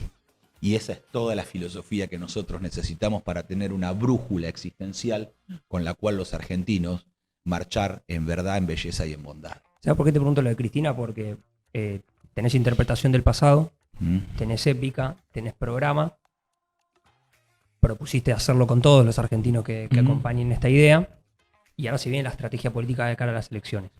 Y yo siento que hay un montón de militantes que no se sienten hoy llamados por la interna del Partido Justicialista, que sería nuestro partido para para poder disputar No entusiasma en a las nadie. elecciones. No está entusiasmando, se está dividiendo, aparecen otros espacios y empiezo a sentir que, a diferencia de otros años, no existe más el disputar por adentro o disputar por afuera. ¿Vos creés lo mismo? ¿O disputar por dentro del en el PJ significa, bueno, disputar por adentro y no saco los pies del plato? No, es que no es que saquemos o no los pies del plato. No lo explico desde la teoría política, lo explico desde la práctica. A mí me han desafiliado del Partido Justicialista. Me borraron del padrón. A mí y a miles de compañeros en todo el país. ¿Capital o provincia? Me borraron del padrón del Partido Justicialista, a mí y a miles de compañeros argentinos, peronistas. ¿Con qué derecho? ¿Quién creen que son para borrarnos del padrón? ¿Quién creen que son estos oligarcas de la política que se creen más que nosotros? Entonces, no es una decisión nuestra de ir por adentro o por afuera. Nosotros somos emboscados, querido. Lo que hay que comprender es que nosotros vivimos en una emboscadura y que estamos rodeados de hombres como nosotros que todavía no se dieron cuenta que son emboscados. Entonces, hay que actuar para que el otro se dé cuenta por sí mismo. No alcanza con decírselo. El otro por sí mismo tiene que realizar lo que los griegos llamaban el taumazo, el darse cuenta. Sócrates no consideraba la erudición un gran valor. Consideraba en el hombre el darse cuenta como valor, el hombre que se da cuenta. Entonces, por eso hay que cultivar los dones y las virtudes, porque en el darse cuenta que somos los emboscados de la política es lo que nos permite desde la periferia, que es donde hemos sido arrojados los emboscados, marchar hacia el centro, entrar nuevamente en un domingo de Ramos. Entonces eso es lo que nosotros tiene que ser irrenunciable en nosotros, porque no puede estar esto sujeto a negociaciones de tentaciones. Porque hace 30 años, querido, que no hay elecciones internas en el Partido Justicialista. La última fue Menem Cafiero. Pero cuando se acercan las elecciones vuelven a agitar de que va a haber internas y después no hay nada. ¿Cómo termina el cuento siempre? Que los que simulan que están en disputa y en una interna se reúnen en la misma mesa donde se han reunido siempre y dicen, bueno, en pos de la unidad y apelando a la patria, ya que son responsables ellos del destino del país, van a hacer un sacrificio y armar una lista de unidad con todos nosotros afuera. No engañan a nadie que no quiera ser engañado. A esta altura de los acontecimientos en la patria, en este abismo que nos han llevado, donde este payaso de Milei es presidente de la nación, un títere de Israel, Inglaterra y Estados Unidos, que no tiene ni gabinete propio, grita la libertad y no es libre de elegir su propio gabinete, tiene gabinete de Macri, y nosotros ya lo dijimos esto antes de las elecciones. Unión por la Patria, o el Frente para la Victoria, o como le guste llamarse, le pone guita a Milei y le fiscaliza la elección porque están jugando a las roscas políticas de las internas para romperle a Macri el esquema. Y mirá cómo nos hicieron, a lo que nos hicieron llegar. Pero como son ricos, no sufren necesidad como nosotros. Si hay desocupación, si hay hambre, si no hay poder adquisitivo del salario, ellos siguen viviendo espectacularmente bien. Los que nos cagamos de hambre somos nosotros. Vos pensás una cosa, yo soy metalúrgico, querido. La gente lo último que hace es comer, después vestirse. Pero los fierros vienen mucho después. Entonces, la metalúrgica nacional es lo primero que he golpeado. La industria es lo primero que se golpea. Claro, porque bueno, lo último que deja de hacer la gente es comer. Entonces, ¿qué hay? ¿Qué es el último consumo? La comida. Entonces, tenemos que nosotros pensar que para salir de esta emboscadura se necesita de la integridad de una generación de argentinos que apelen al coraje que puede lograr este milagro. Porque esto requiere del sacrificio en el coraje. Allá por 1870 una partida va a buscar al gaucho Martín Fierro que está fugitivo porque debe 2 muertes, la de un vecino de Rojas y de un negro en un lupanar. Cruz, que ya había sido gaucho matrero porque también debía una muerte, ya había sido nombrado como comisario rural, porque en ese momento el ejército cumplía funciones de policía. Cuando lo cercan a Fierro, Fierro pelea con todo el coraje. Hiere y mata a varios de la partida de Cruz. Y es en ese momento donde Cruz siente que el otro es él. Y que todo hombre puede tener cualquier destino.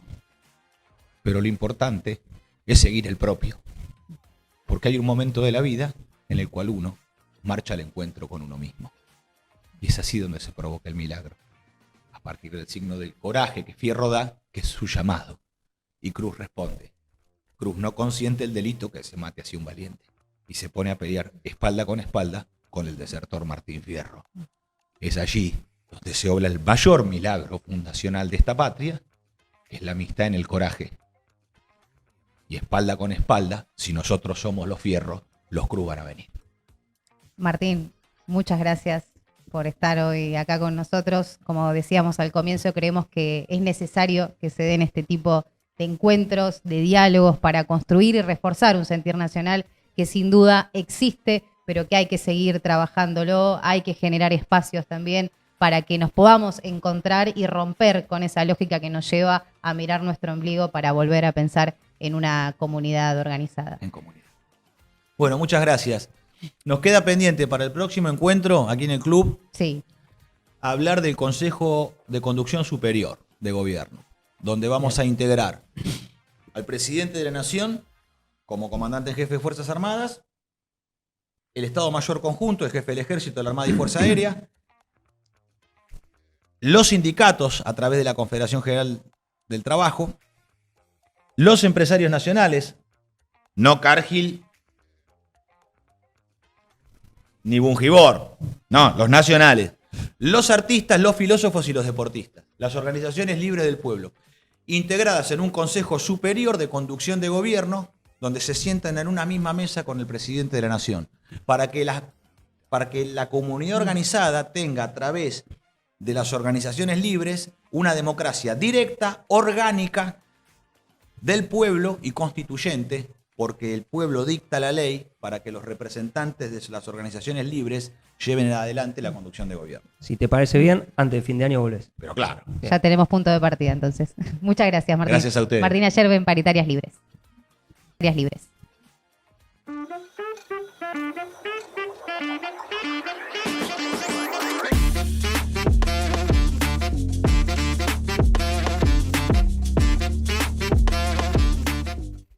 Le damos la bienvenida ahora sí a esta mesa redonda a nuestra canciller Cande Núñez y a nuestro ministro Axel Arias. ¿Cómo les va? Bienvenido, bienvenida. ¿Cómo andan? ¿Todo ¿Cómo tranqui? están? Muy bien, muy bien. Bien, ¿escucharon la entrevista con Tremenda. Martín? Sí, Un montón de información. Interesante, Un interesante. montón de data. Y ahora nos vamos a meter con un montón de otra información con ustedes porque estamos en un momento donde todo está completamente interconectado y las decisiones tecnológicas tienen un impacto directo con el comercio, las relaciones internacionales. Y partiendo de lo que pasó hace unos días cuando la Unión Europea decidió ponerle aranceles a los autos que se producen en China, se generó también nuevamente esta discusión sobre qué es lo que pasa con este tipo de medidas que parece que impactan solamente en el sistema chino, pero que nos damos cuenta que en realidad también tienen influencia en toda la economía, las relaciones de trabajo a nivel internacional. No sé quién de los dos quiere comenzar. con ¿Arranco esto. yo? Sí, dale vos. Me gusta tener el poder del micrófono con pie. Igual me pone más concentrada en la columna. Bueno, sí, como bien decías vos, Cami, hace varios días ya se sancionó el tema de las medidas y de las tasas bastante punitivas a los autos eléctricos chinos. No viene nada más de esta semana ni del más anterior, sino que es de una investigación que hizo la Unión Europea sobre algunas empresas chinas que exportan vehículos eléctricos, principalmente a diferentes países de la Unión Europea, pero que lo que acusan el porqué de estas medidas, que a veces es bueno explicarlo, es Sí. porque lo que dicen es hay una subtrama, digamos, de subsidios estatales en casi toda la cadena de producción de los autos chinos que hacen que los autos eléctricos europeos tengan una competencia desleal. ¿Por qué? Porque hay mucha guita, básicamente en criollo del gobierno chino, puesto en diferentes marcas de autos eléctricos que hacen que los autos europeos no tengan ningún tipo de competitividad. Esta es como la posición de la Unión Europea, de la Comisión Europea en específico, que es quien sanciona esta medida. Ahora, como bien hablamos acá, los países de Europa son bastante heterogéneos y no todos apoyan esta medida. No todos creen que hay que tener un mercado más punitivo con los chinos. Y hay diferentes posturas que un poco vamos a ir tratándola en toda esta columna sobre cómo lidiar con este ingreso de nuevas tecnologías, sobre cómo tiene que ser la producción en este siglo. Bueno, en fin. Pero para darle un poco de sentido y un poco de historia es esto, ¿no? Una investigación del gobierno o en general de la Unión Europea sobre la cadena de producción de los autos eléctricos chinos. Sí, ahí un poquito lo que hizo Europa fue ir y hacer costos en China. Le pidió la colaboración a las empresas que producen en China. En realidad no son todas empresas chinas, sino que ahí, por ejemplo, está también Tesla, que es estadounidense, que es la de Elon Musk, y está BMW, que es la alemana. Y a las empresas que más colaboraban en la investigación le bajaban menos la tasa. Es decir, ponerle hoy Tesla va a pagar solamente el 9% de tasa, BMW creo que está cerca del 15%. Porque blanquea los costos. Porque muestra la información, porque participó en la investigación. Y después, a las empresas que no quisieron colaborar, la tasa más alta es del 38%, Sí. ¿no? Llegando al 40%, más una tasa del 10% que ya venía poniendo la Unión Europea a los autos chinos, a los autos eléctricos chinos. O sea, mucha plata, básicamente. ¿eh? Mucha plata, sí. Y eso también muestra un poco esto que decía Cande de, bueno, cómo se va fragmentando la Unión Europea en el posicionamiento en el comercio exterior y por qué quizás hoy Francia es el que representa estar totalmente a favor de poner los aranceles. Perdón, Europa produce Autos eléctricos, no con los costos que produce China. Eso tiene que ver por productividad y también tiene que ver, por esto que contaba Cande, de los subsidios que recibe del gobierno chino. El arancel termina impactando, digo, en la compra de autos eléctricos. Y termina impactando en el precio final directamente, sí. Pero incentiva la compra. Por ahí es muy caro y no lo compro. No compro el chino, pero Bueno, no compro el eso europeo. un poco era... ¿Se Sí. entiende lo que voy? Claro, o sea, vos decís si la tasa que le ponen Claro. sí hace que el producto sea más caro para que compren el europeo. Claro, para que compre el europeo, o si en los gobiernos de Europa están también subsidiando la cadena de producción en Europa como para que salga más barato.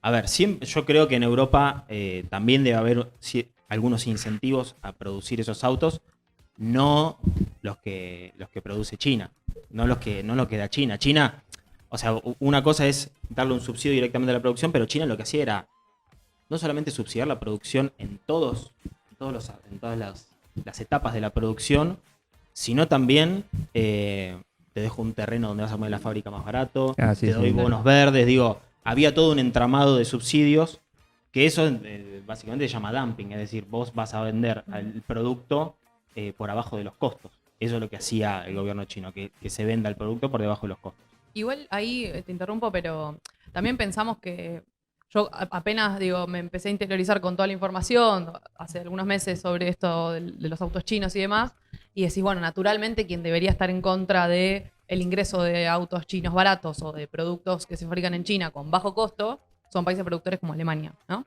Que producen autos propios. Y sin embargo no, porque... Es una de las industrias más fuertes. Exacto. De Alemania. Es una de las industrias más fuertes que tiene una proyección, los autos alemanes reconocidos en todo el mundo, y sin embargo no están a favor de los altos aranceles que le quiere imponer la Unión Europea. Porque, bueno, por un montón de medidas. Principalmente también porque Alemania exporta autos a China y tienen una relación bilateral, si se quiere, por fuera de la Unión Europea bastante aceitada. Entonces, Alemania y algunos países que están dentro de la Unión Europea también se muestran como con una posición de contra, ¿no? Frente a estos aranceles tan altos. Y me parece interesante cómo se hizo la investigación, porque vos tenías, creo que duró un año, ¿no? 9 meses. 9 meses, donde tenías autoridades o de la Comisión Europea o diferentes agentes específicos investigando sobre toda la cadena de producción. Y esto que decía Axel de si colaboraban con información, los aranceles iban a bajar. Es como una cuestión que me parece interesante para pensar, porque si las empresas no colaboraban, los aranceles eran más altos. Y eso me parece que es un juego bastante extraño, al menos acá que no estamos acostumbrados.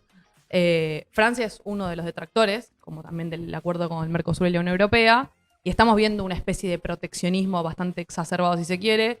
También él mencionaba el antecedente de Tesla con un arancel del 100% a los autos chinos en Estados Unidos. Entonces hay un mundo que está virando en algunos sectores al proteccionismo frente al avance de tecnologías que, bueno, que nos arrollan y que cambian la manera de producir.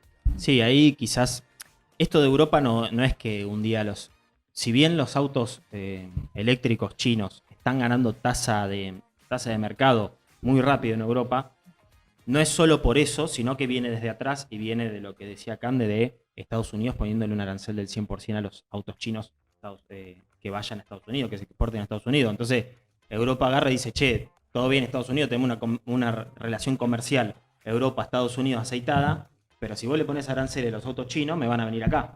Entonces Europa directamente después de eso empieza esta investigación. Bueno, algo que antes no me preocupaba tanto porque estaba más diversificado el mercado chino y a dónde iban los autos. Bueno, ahora todos esos autos que no van a Estados Unidos me vienen acá.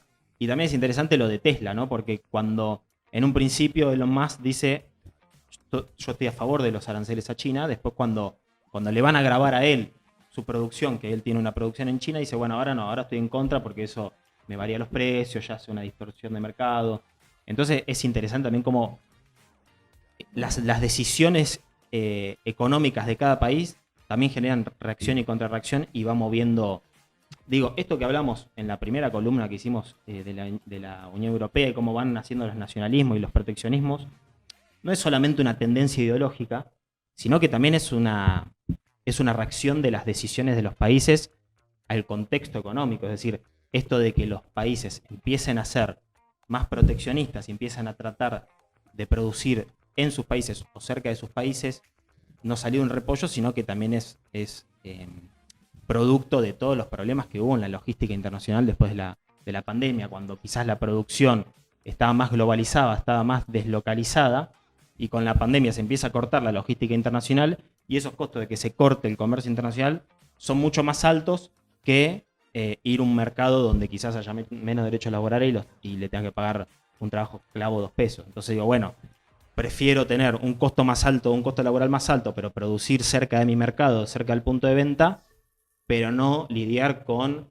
problemas logísticos internacionales, porque primero, son más costosos y segundo, no sé cuándo terminan. Es decir, primero vino la pandemia, después vino la guerra en Medio Oriente, que eso, ahí también hay un canal por donde pasa el comercio internacional, e incluso yo creo que el ataque que hace Israel a Irán por los Viper, eso también genera una tendencia a reforzar esto, porque eso también te hace pensar que el comercio internacional es muy sensible a estos ataques. Entonces decir, bueno, produzco cerca de mi país porque hay un montón de riesgos que pueden pasar si yo de Estados Unidos produzco en Taiwán. Ahora, esto va totalmente opuesto a lo que está pasando acá, en la Argentina, donde se están abriendo cada vez más las importaciones y se está incentivando desde el gobierno a que vengan más producciones del exterior a fomentar la industria nacional. O sea, estamos yendo a contramano de lo que está pasando. Ahí yo creo también que digamos, este juego de aranceles y de autos eléctricos es como mucho más grande, claro, a lo que nosotros estamos viendo acá en Argentina, que sí, estamos viendo que se está abriendo un mercado y que quizás está tomando una posición totalmente distinta a lo que están haciendo estos países, pero también es como que nosotros jugamos otro juego. Digo, nosotros no competimos con la producción de autos eléctricos. Quizás sí, ahí se ve un poquito más con el acuerdo de Unión Europea-Mercosur, pero te diría que eso, a priori, lo que nosotros le vamos a vender a Europa, le beneficia a Argentina, pero bueno, ahí también hay toda una rosca y un problema ahí en Europa que quizás no están tan de acuerdo con este acuerdo, ¿no? ¿Hay alguna decisión política u económica que no sea la área la de proteccionismo en contra de los productos chinos o que se hacen más baratos en otros países para proteger la industria nacional? Porque parecería que cada gobierno político que tiene una ideología de proteger la industria nacional y de generar trabajo, acá sería argentino, con trabajo nacional, parecería que tenés que tener una política proteccionista en contra de los productos que vienen de otros países donde se hace más barato ¿Hay algo superador a esa discusión? Porque veo que es o liberar el mercado o proteger tu mercado para crecer. Sí, ahí creo que una política de incentivo, ¿no? Debería ser. O sea, debería ser proteccionismo más incentivo local. Pasa que Porque a mí Sí, me sí, da no- la sensación que yo puedo, en Argentina, podemos nosotros tener políticas proteccionistas en contra de... O en contra no, pero proteccionistas con los autos eléctricos. ¿Podemos incentivar las empresas ahora? Creo que estamos en un nivel muy bajo de capacidades para producir autos eléctricos, en tecnología y en capacidad laboral. sí, a eso era lo que te iba a responder, digo. O sea, Hay que- reformulando, ¿cómo haces para que te entre esa tecnología, proteges tu industria nacional y después se vaya esta tecnología y a vos te quede toda esa sabiduría y conocimiento para poder hacerlo vos mismo? Mira, a mí me parece que primero que nosotros jugamos otro juego, digo, lo que decía recién. Nosotros no producimos autos eléctricos, si lo producimos, lo producen empresas privadas que vienen e invierten acá. Segundo, que vos no podés, Argentina particularmente, al no tener esa tecnología y no producir esos autos, no podés generar una política proteccionista de producir autos eléctricos porque vos no vas a llegar a producirlo Ah, y no los tampoco te tenés. van a entrar de afuera. Para un país como Argentina, a mí me parece que el modelo hoy es que vengan las empresas afuera y que produzcan acá. Eso. O sea, que venga Toyota, como viene y que produce la Hilux para todo el Mercosur directamente acá, 100% la produce Sin acá. costos, sin aranceles. Viene Toyota y pone la fábrica acá, usa trabajadores argentinos, tiene los mismos costos y la produce para todo Mercosur acá. Ese me parece que es un modelo hoy para nosotros que no tenemos empresas nacionales que produzcan ese mismo producto. Hoy ese es el modelo. Y aparte que si ponele que vos llegás a producir un auto eléctrico va a salir 10 veces más. O sea, es incompetible en el otro sentido, digo.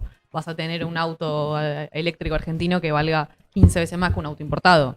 Que no es lo deseable para mí. Yo creo fuertemente en la producción de la industria nacional, creo en el desarrollo de las industrias locales, pero siempre y cuando también los consumidores puedan acceder a ese mercado. Si no, es como una cuestión de política de Estado. Sería lo que negociás como el modelo Noruega, que se quede el conocimiento y la tecnología y vos le das, no le pones ningún arancel, la dejas producir libremente. Pero bueno, te está quedando algo de valor. O sea, vos decís, me viene Toyota, me produce la Hilux acá, pero a la vez yo pongo un... y yo con un plan de que me enseñe el know-how. 15, 20 años, producirla y hacerla yo. Sí, pues habría que analizar los O costos de mixta. hacerlo. Habría que analizar los A ver costos de esos hacerlo. costos. Habría que analizar los costos, pero sí, estoy de acuerdo. Ojalá nosotros tuviéramos una empresa nacional que haga los mismos autos, que tenga los mismos costos de producción. Pero bueno, habría que ver el proceso de cuánto Digo, tardaríamos. para no quedar en eso de proteccionista, ¿viste? De no dejar entrar el producto y que después no sé si, como vos decís, si el ciudadano no puede comprar ni el chino, pero tampoco puede comprar el local porque es caro. Claro, sí, sin duda. Por eso que nosotros acá estamos viendo que quizás Europa y Estados Unidos, que son los dos que ponen esta política agresiva proteccionista, son justo dos, Estados Unidos es un país y una región Europa, que puede producir esos autos y que compite con los autos chinos. Compite en el sentido de que si no tuviera esos subsidios del gobierno chino, tendríamos los mismos costos, los mismos precios. Ahora, desde ya que con la cuestión tecnológica hay otros países que tienen mayor desarrollo, pero ¿qué pasa con otro tipo de industrias? Como por ejemplo ahora que se habla tanto de ir a comprar remedios a la India. Acá sí hay una producción que se podría llegar a hacer cargo de eso a través de incentivos o algún otro tipo de medida que tenga que genere justamente este incentivo de producción nacional sin tener que ir a buscar algo a otro país que se puede generar acá. A ver, sí, a mí me parece que sí.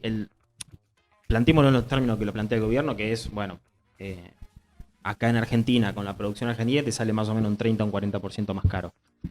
Obviamente que si vos sos gobierno, vos tenés que tomar la decisión y querés proteger la industria nacional y a la vez que el consumidor no pague esos costos, bueno, quizás vos podés aplicar ahí alguna ayuda, algún subsidio, si los costos están bien, ¿no? Si los costos dan a que ese precio a vos, o sea, que producir a vos te da un 30% más, entonces, bueno, lo ayudo para que tenga el precio competitivo. Ahora, si están cobrando de más por encima de los costos y tienen una cuasi ganancia, y es otro juego. Igual me parece ahí también que lo importante es también definir las prioridades de la industria, ¿no? Digo, Claro. La industria farmacéutica para que todos puedan acceder a un medicamento medianamente accesible, bueno, a mi manera de ver las cosas debería ser una política de Estado directamente. Si tu política de Estado es la transición energética, bueno, los autos eléctricos tienen sentido también. El tema es que también seamos inteligentes en la priorización de intereses nacionales, uno y otro, no es todo cerrado, Claro. sino que hay una priorización de una agenda, como pueden ser los medicamentos, como puede ser la transición energética, y me parece que Europa, en este sentido, sí tiene una política de abandonar el carbono, reducir las emisiones de gases. Entonces hay un juego también entre no solamente lo económico, los costos, sino también de lo que los estados, o en este caso el bloque de integración, necesita y quiere para su Sí, tierra. de interés político nacional o Exacto. continental. Y Cande, yo te quería preguntar sobre las posiciones nacionalistas dentro de la Unión Europea, cómo se paran frente a esto de los aranceles contra China. Bien, ahí creo que el más ferviente defensor de los aranceles es Francia, que también es un ferviente defensor de el no al acuerdo de la Unión Europea. Sí está mostrando una posición como de mucho proteccionismo. Recordemos que el acuerdo entre la Unión Europea y el Mercosur tiene una condición desigual para Macron sobre cómo se produce los productos agrícolas, ganaderos en nuestra tierra. Ellos son muy fuertes también. Ellos son fuertes, pero el campo. tienen algo que es en común, que es para toda la Unión Europea, que es la política agraria común, que tiene ciertas regulaciones específicamente sobre el medio ambiente, sobre cuestiones que tienen que ver con la contaminación, con los pesticidas, etcétera, que nuestro mercado está mucho más desregulado.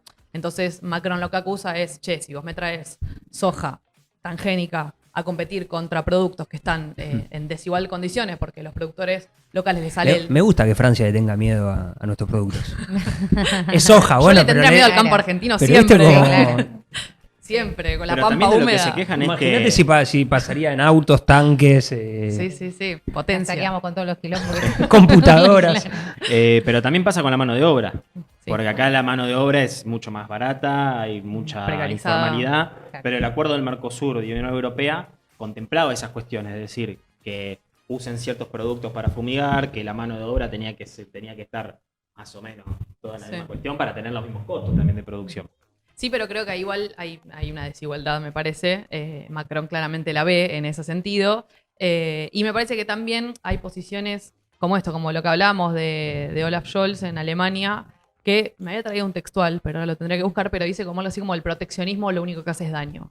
Un presidente socialdemócrata, ¿no?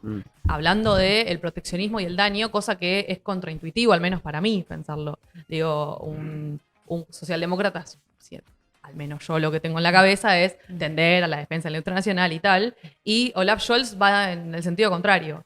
Y me parece que hay una jugada entre los nacionalismos que se dan y los proteccionismos que es esto que hablábamos la otra vez, está bastante fragmentado o heterogéneo cómo se posiciona la derecha sobre los bloques de integración regional.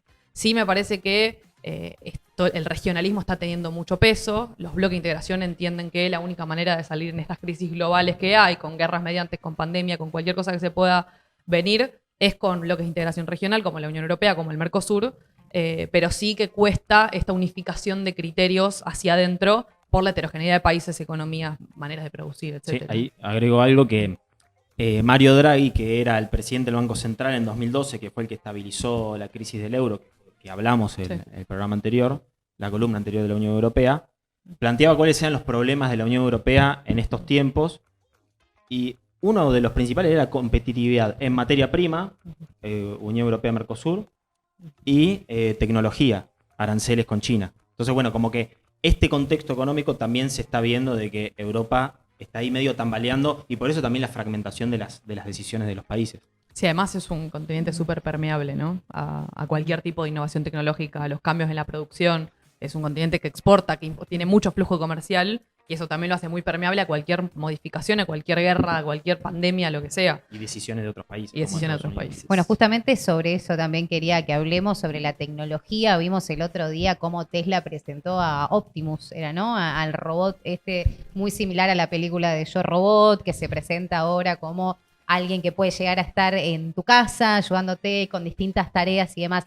Y nos lleva a preguntarnos cómo impacta esto de forma social, económica y en la cultura también del trabajo, este tipo de innovaciones tecnológicas. Bueno, creo que es una Sí. O cómo creemos, es ¿no? una Porque es columna difícil sí, saberlo. aparte, porque son 2 millones de temas. Pero sí, me parece que Tesla está haciendo innovación. También me parece que tenemos que ver el juego que está haciendo Elon Musk en el lobby hacia los aranceles, hacia, bueno, estas innovaciones.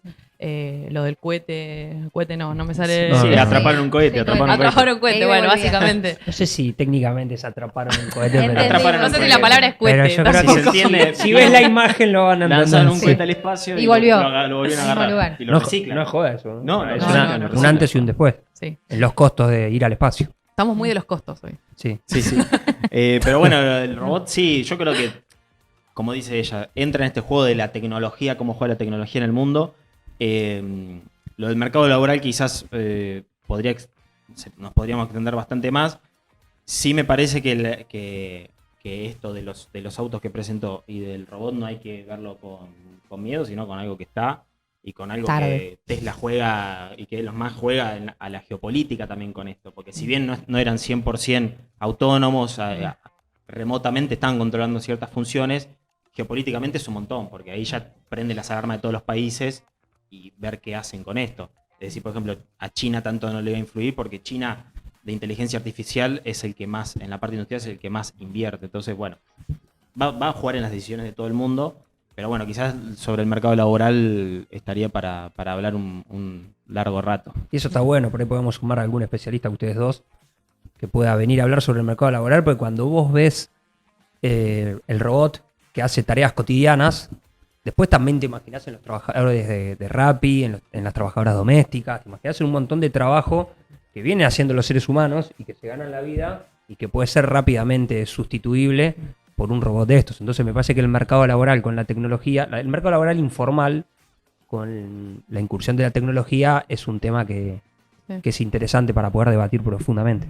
Sí, y agrego ahí que quizás hoy nos quedamos en algunas discusiones que en 5 años no existen más y nosotros nos quedamos discutiendo. ¿Viste? Bueno, el tema de la inteligencia artificial fue un poco Sí, eso también. Medio que la vimos pasar. También un dato que también traje es, un dato no, pero digo, es de público conocimiento, pero también está bueno tirarlo a la mesa para discutirlo, es que China respondió. No es que se quedó de brazos cruzados frente a estos aranceles boludo. chinos. No, claro. No son ningunos Bueno, boludos, son claramente. No. Eh, Y tienen tiempo. Soy chino, pero y no. son boludo. muchos. No son boludos y tienen tiempo. Pero sí, China Cortame respondió. eso, cortame eso, por favor. Seguimos, Yo tengo acá un no ha amigo pasado chino. nada. Yo tengo un amigo chino. boludo. ¿Cuál? Entras en una espiral, ¿viste? Sigue vivo, sigue vivo, sigue vivo. seguimos. No puedo seguir. Está China, mirá. Está pasando. No, Bueno, los ¿cuál chinos era el dato? respondieron. China respondió. Sí. Respondió con. Me cuesta muchísimo esto, No, pero no, voy a pero- intentarlo. Seguimos, China respondió, obviamente no iba a quedarse de brazos cruzados y obviamente respondió con algo que le duele a la Unión Europea, como es el cerdo, porque la Unión Europea exporta cerdo a China, como los lácteos, y se está empezando a gestar, o se está empezando a gestar hace bastante, una especie de tensión comercial, una guerra comercial silenciosa que aparentemente hay voluntad de ambas partes en sentarse a negociar. Lo vimos en París, lo vimos en varias reuniones que tuvieron durante este año, pero que ninguno cede ni medio centímetro. O sea, está todo bien con vos, Xi Jinping, Macron, te recontrabanco, pero es hasta acá, hermano. Claro. Entonces, también hay una suerte de defensa de los intereses nacionales que evidentemente no están llegando a un acuerdo de ceder poder o no. Sí, que con eso China también juega, porque España estaba a favor de los aranceles y cuando le dijeron, che, a vos te vamos a cortar o te vamos a investigar lo que vos me exportás. El dijeron, brandy, bueno, ¿no? El brandy. Bueno, mejor los aranceles de abajo.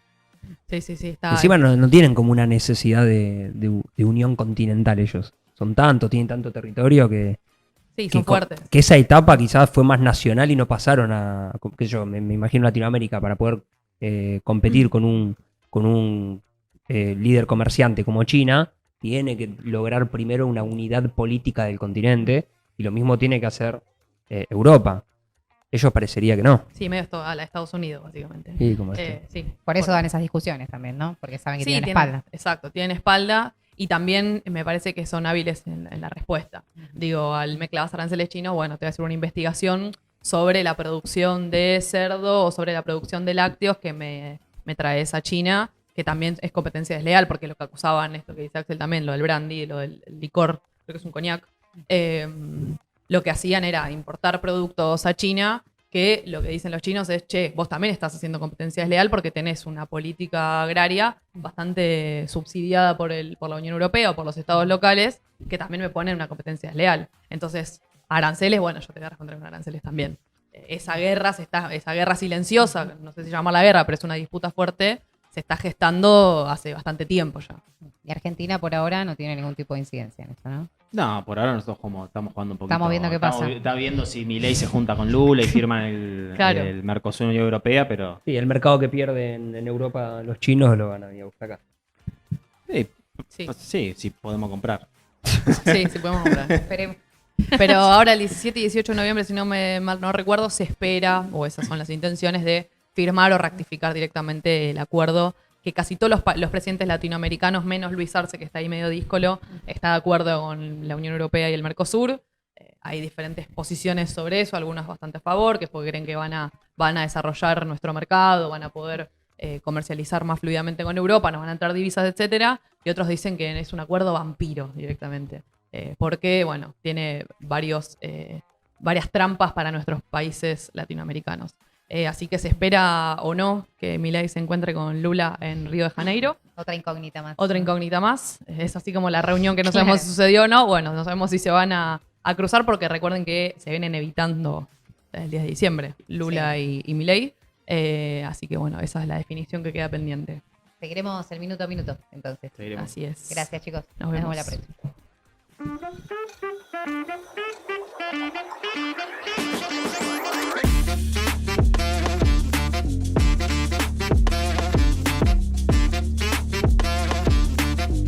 Y llegamos al final del programa número 19, como siempre decimos, pero es cierto que hay un montón de información en cada uno de estos encuentros. Sí, ¿no? espectacular, mucho. Nos vamos con la mucha cabeza info, con- Sí, con un montón de dudas, con algunas certezas, pero gran entrevista. Me gustó Sí. mucho la entrevista. Nos llevó a profundizar un montón de cosas, ¿no? Sí, sí, mucha información también, mucha información, la emoción. También, sí. El invitado casi se larga a llorar 2 veces, Ujú. así que no. Fue un gran programa y también lo hizo un gran programa que esté Eduardo acá. Está mi nosotros. papá acá, le mando un saludo grande. Que se bancó todo el Sí. programa. Fiel oyente de Paritarias Libres, siempre me manda ahí las devoluciones. Muy bien. Hay unas cosas le gusta más, otras menos, pero eso está bueno, porque esas son las críticas constructivas que ¿Qué queremos opina tener. Gago? ¿Qué opina de Gago? ¿Qué Ah, opina de Gago? eso no lo hablamos. Está Lo está hablamos feliz. después, lo hablamos después. Está feliz, está feliz. Estamos felices. Y se viene el programa número 20 la semana que viene. Dicen que hay Llegamos ni sorpresa. más. Y van a haber sorpresas. Así que invitamos más que nunca que nos sigan en redes sociales. Recuerden, en Instagram, en TikTok como Paritarias Libres, en Twitter Paritaria Libre y en YouTube Paritarias Libres Acordando con Ideas. Ahí vamos a estar contando lo que se viene. Así que va a ser muy lindo, la verdad, lo que se va a dar, ¿eh? Vamos a hacer un encuentro muy copado, así que esperamos que sigan las redes, así se enteran y pueden formar parte también. Bien. Ahora sí, nos vamos. Vamos. Nos vamos. Esto fue Paritarias Libres, acordando con ideas. Buena suerte y más que suerte.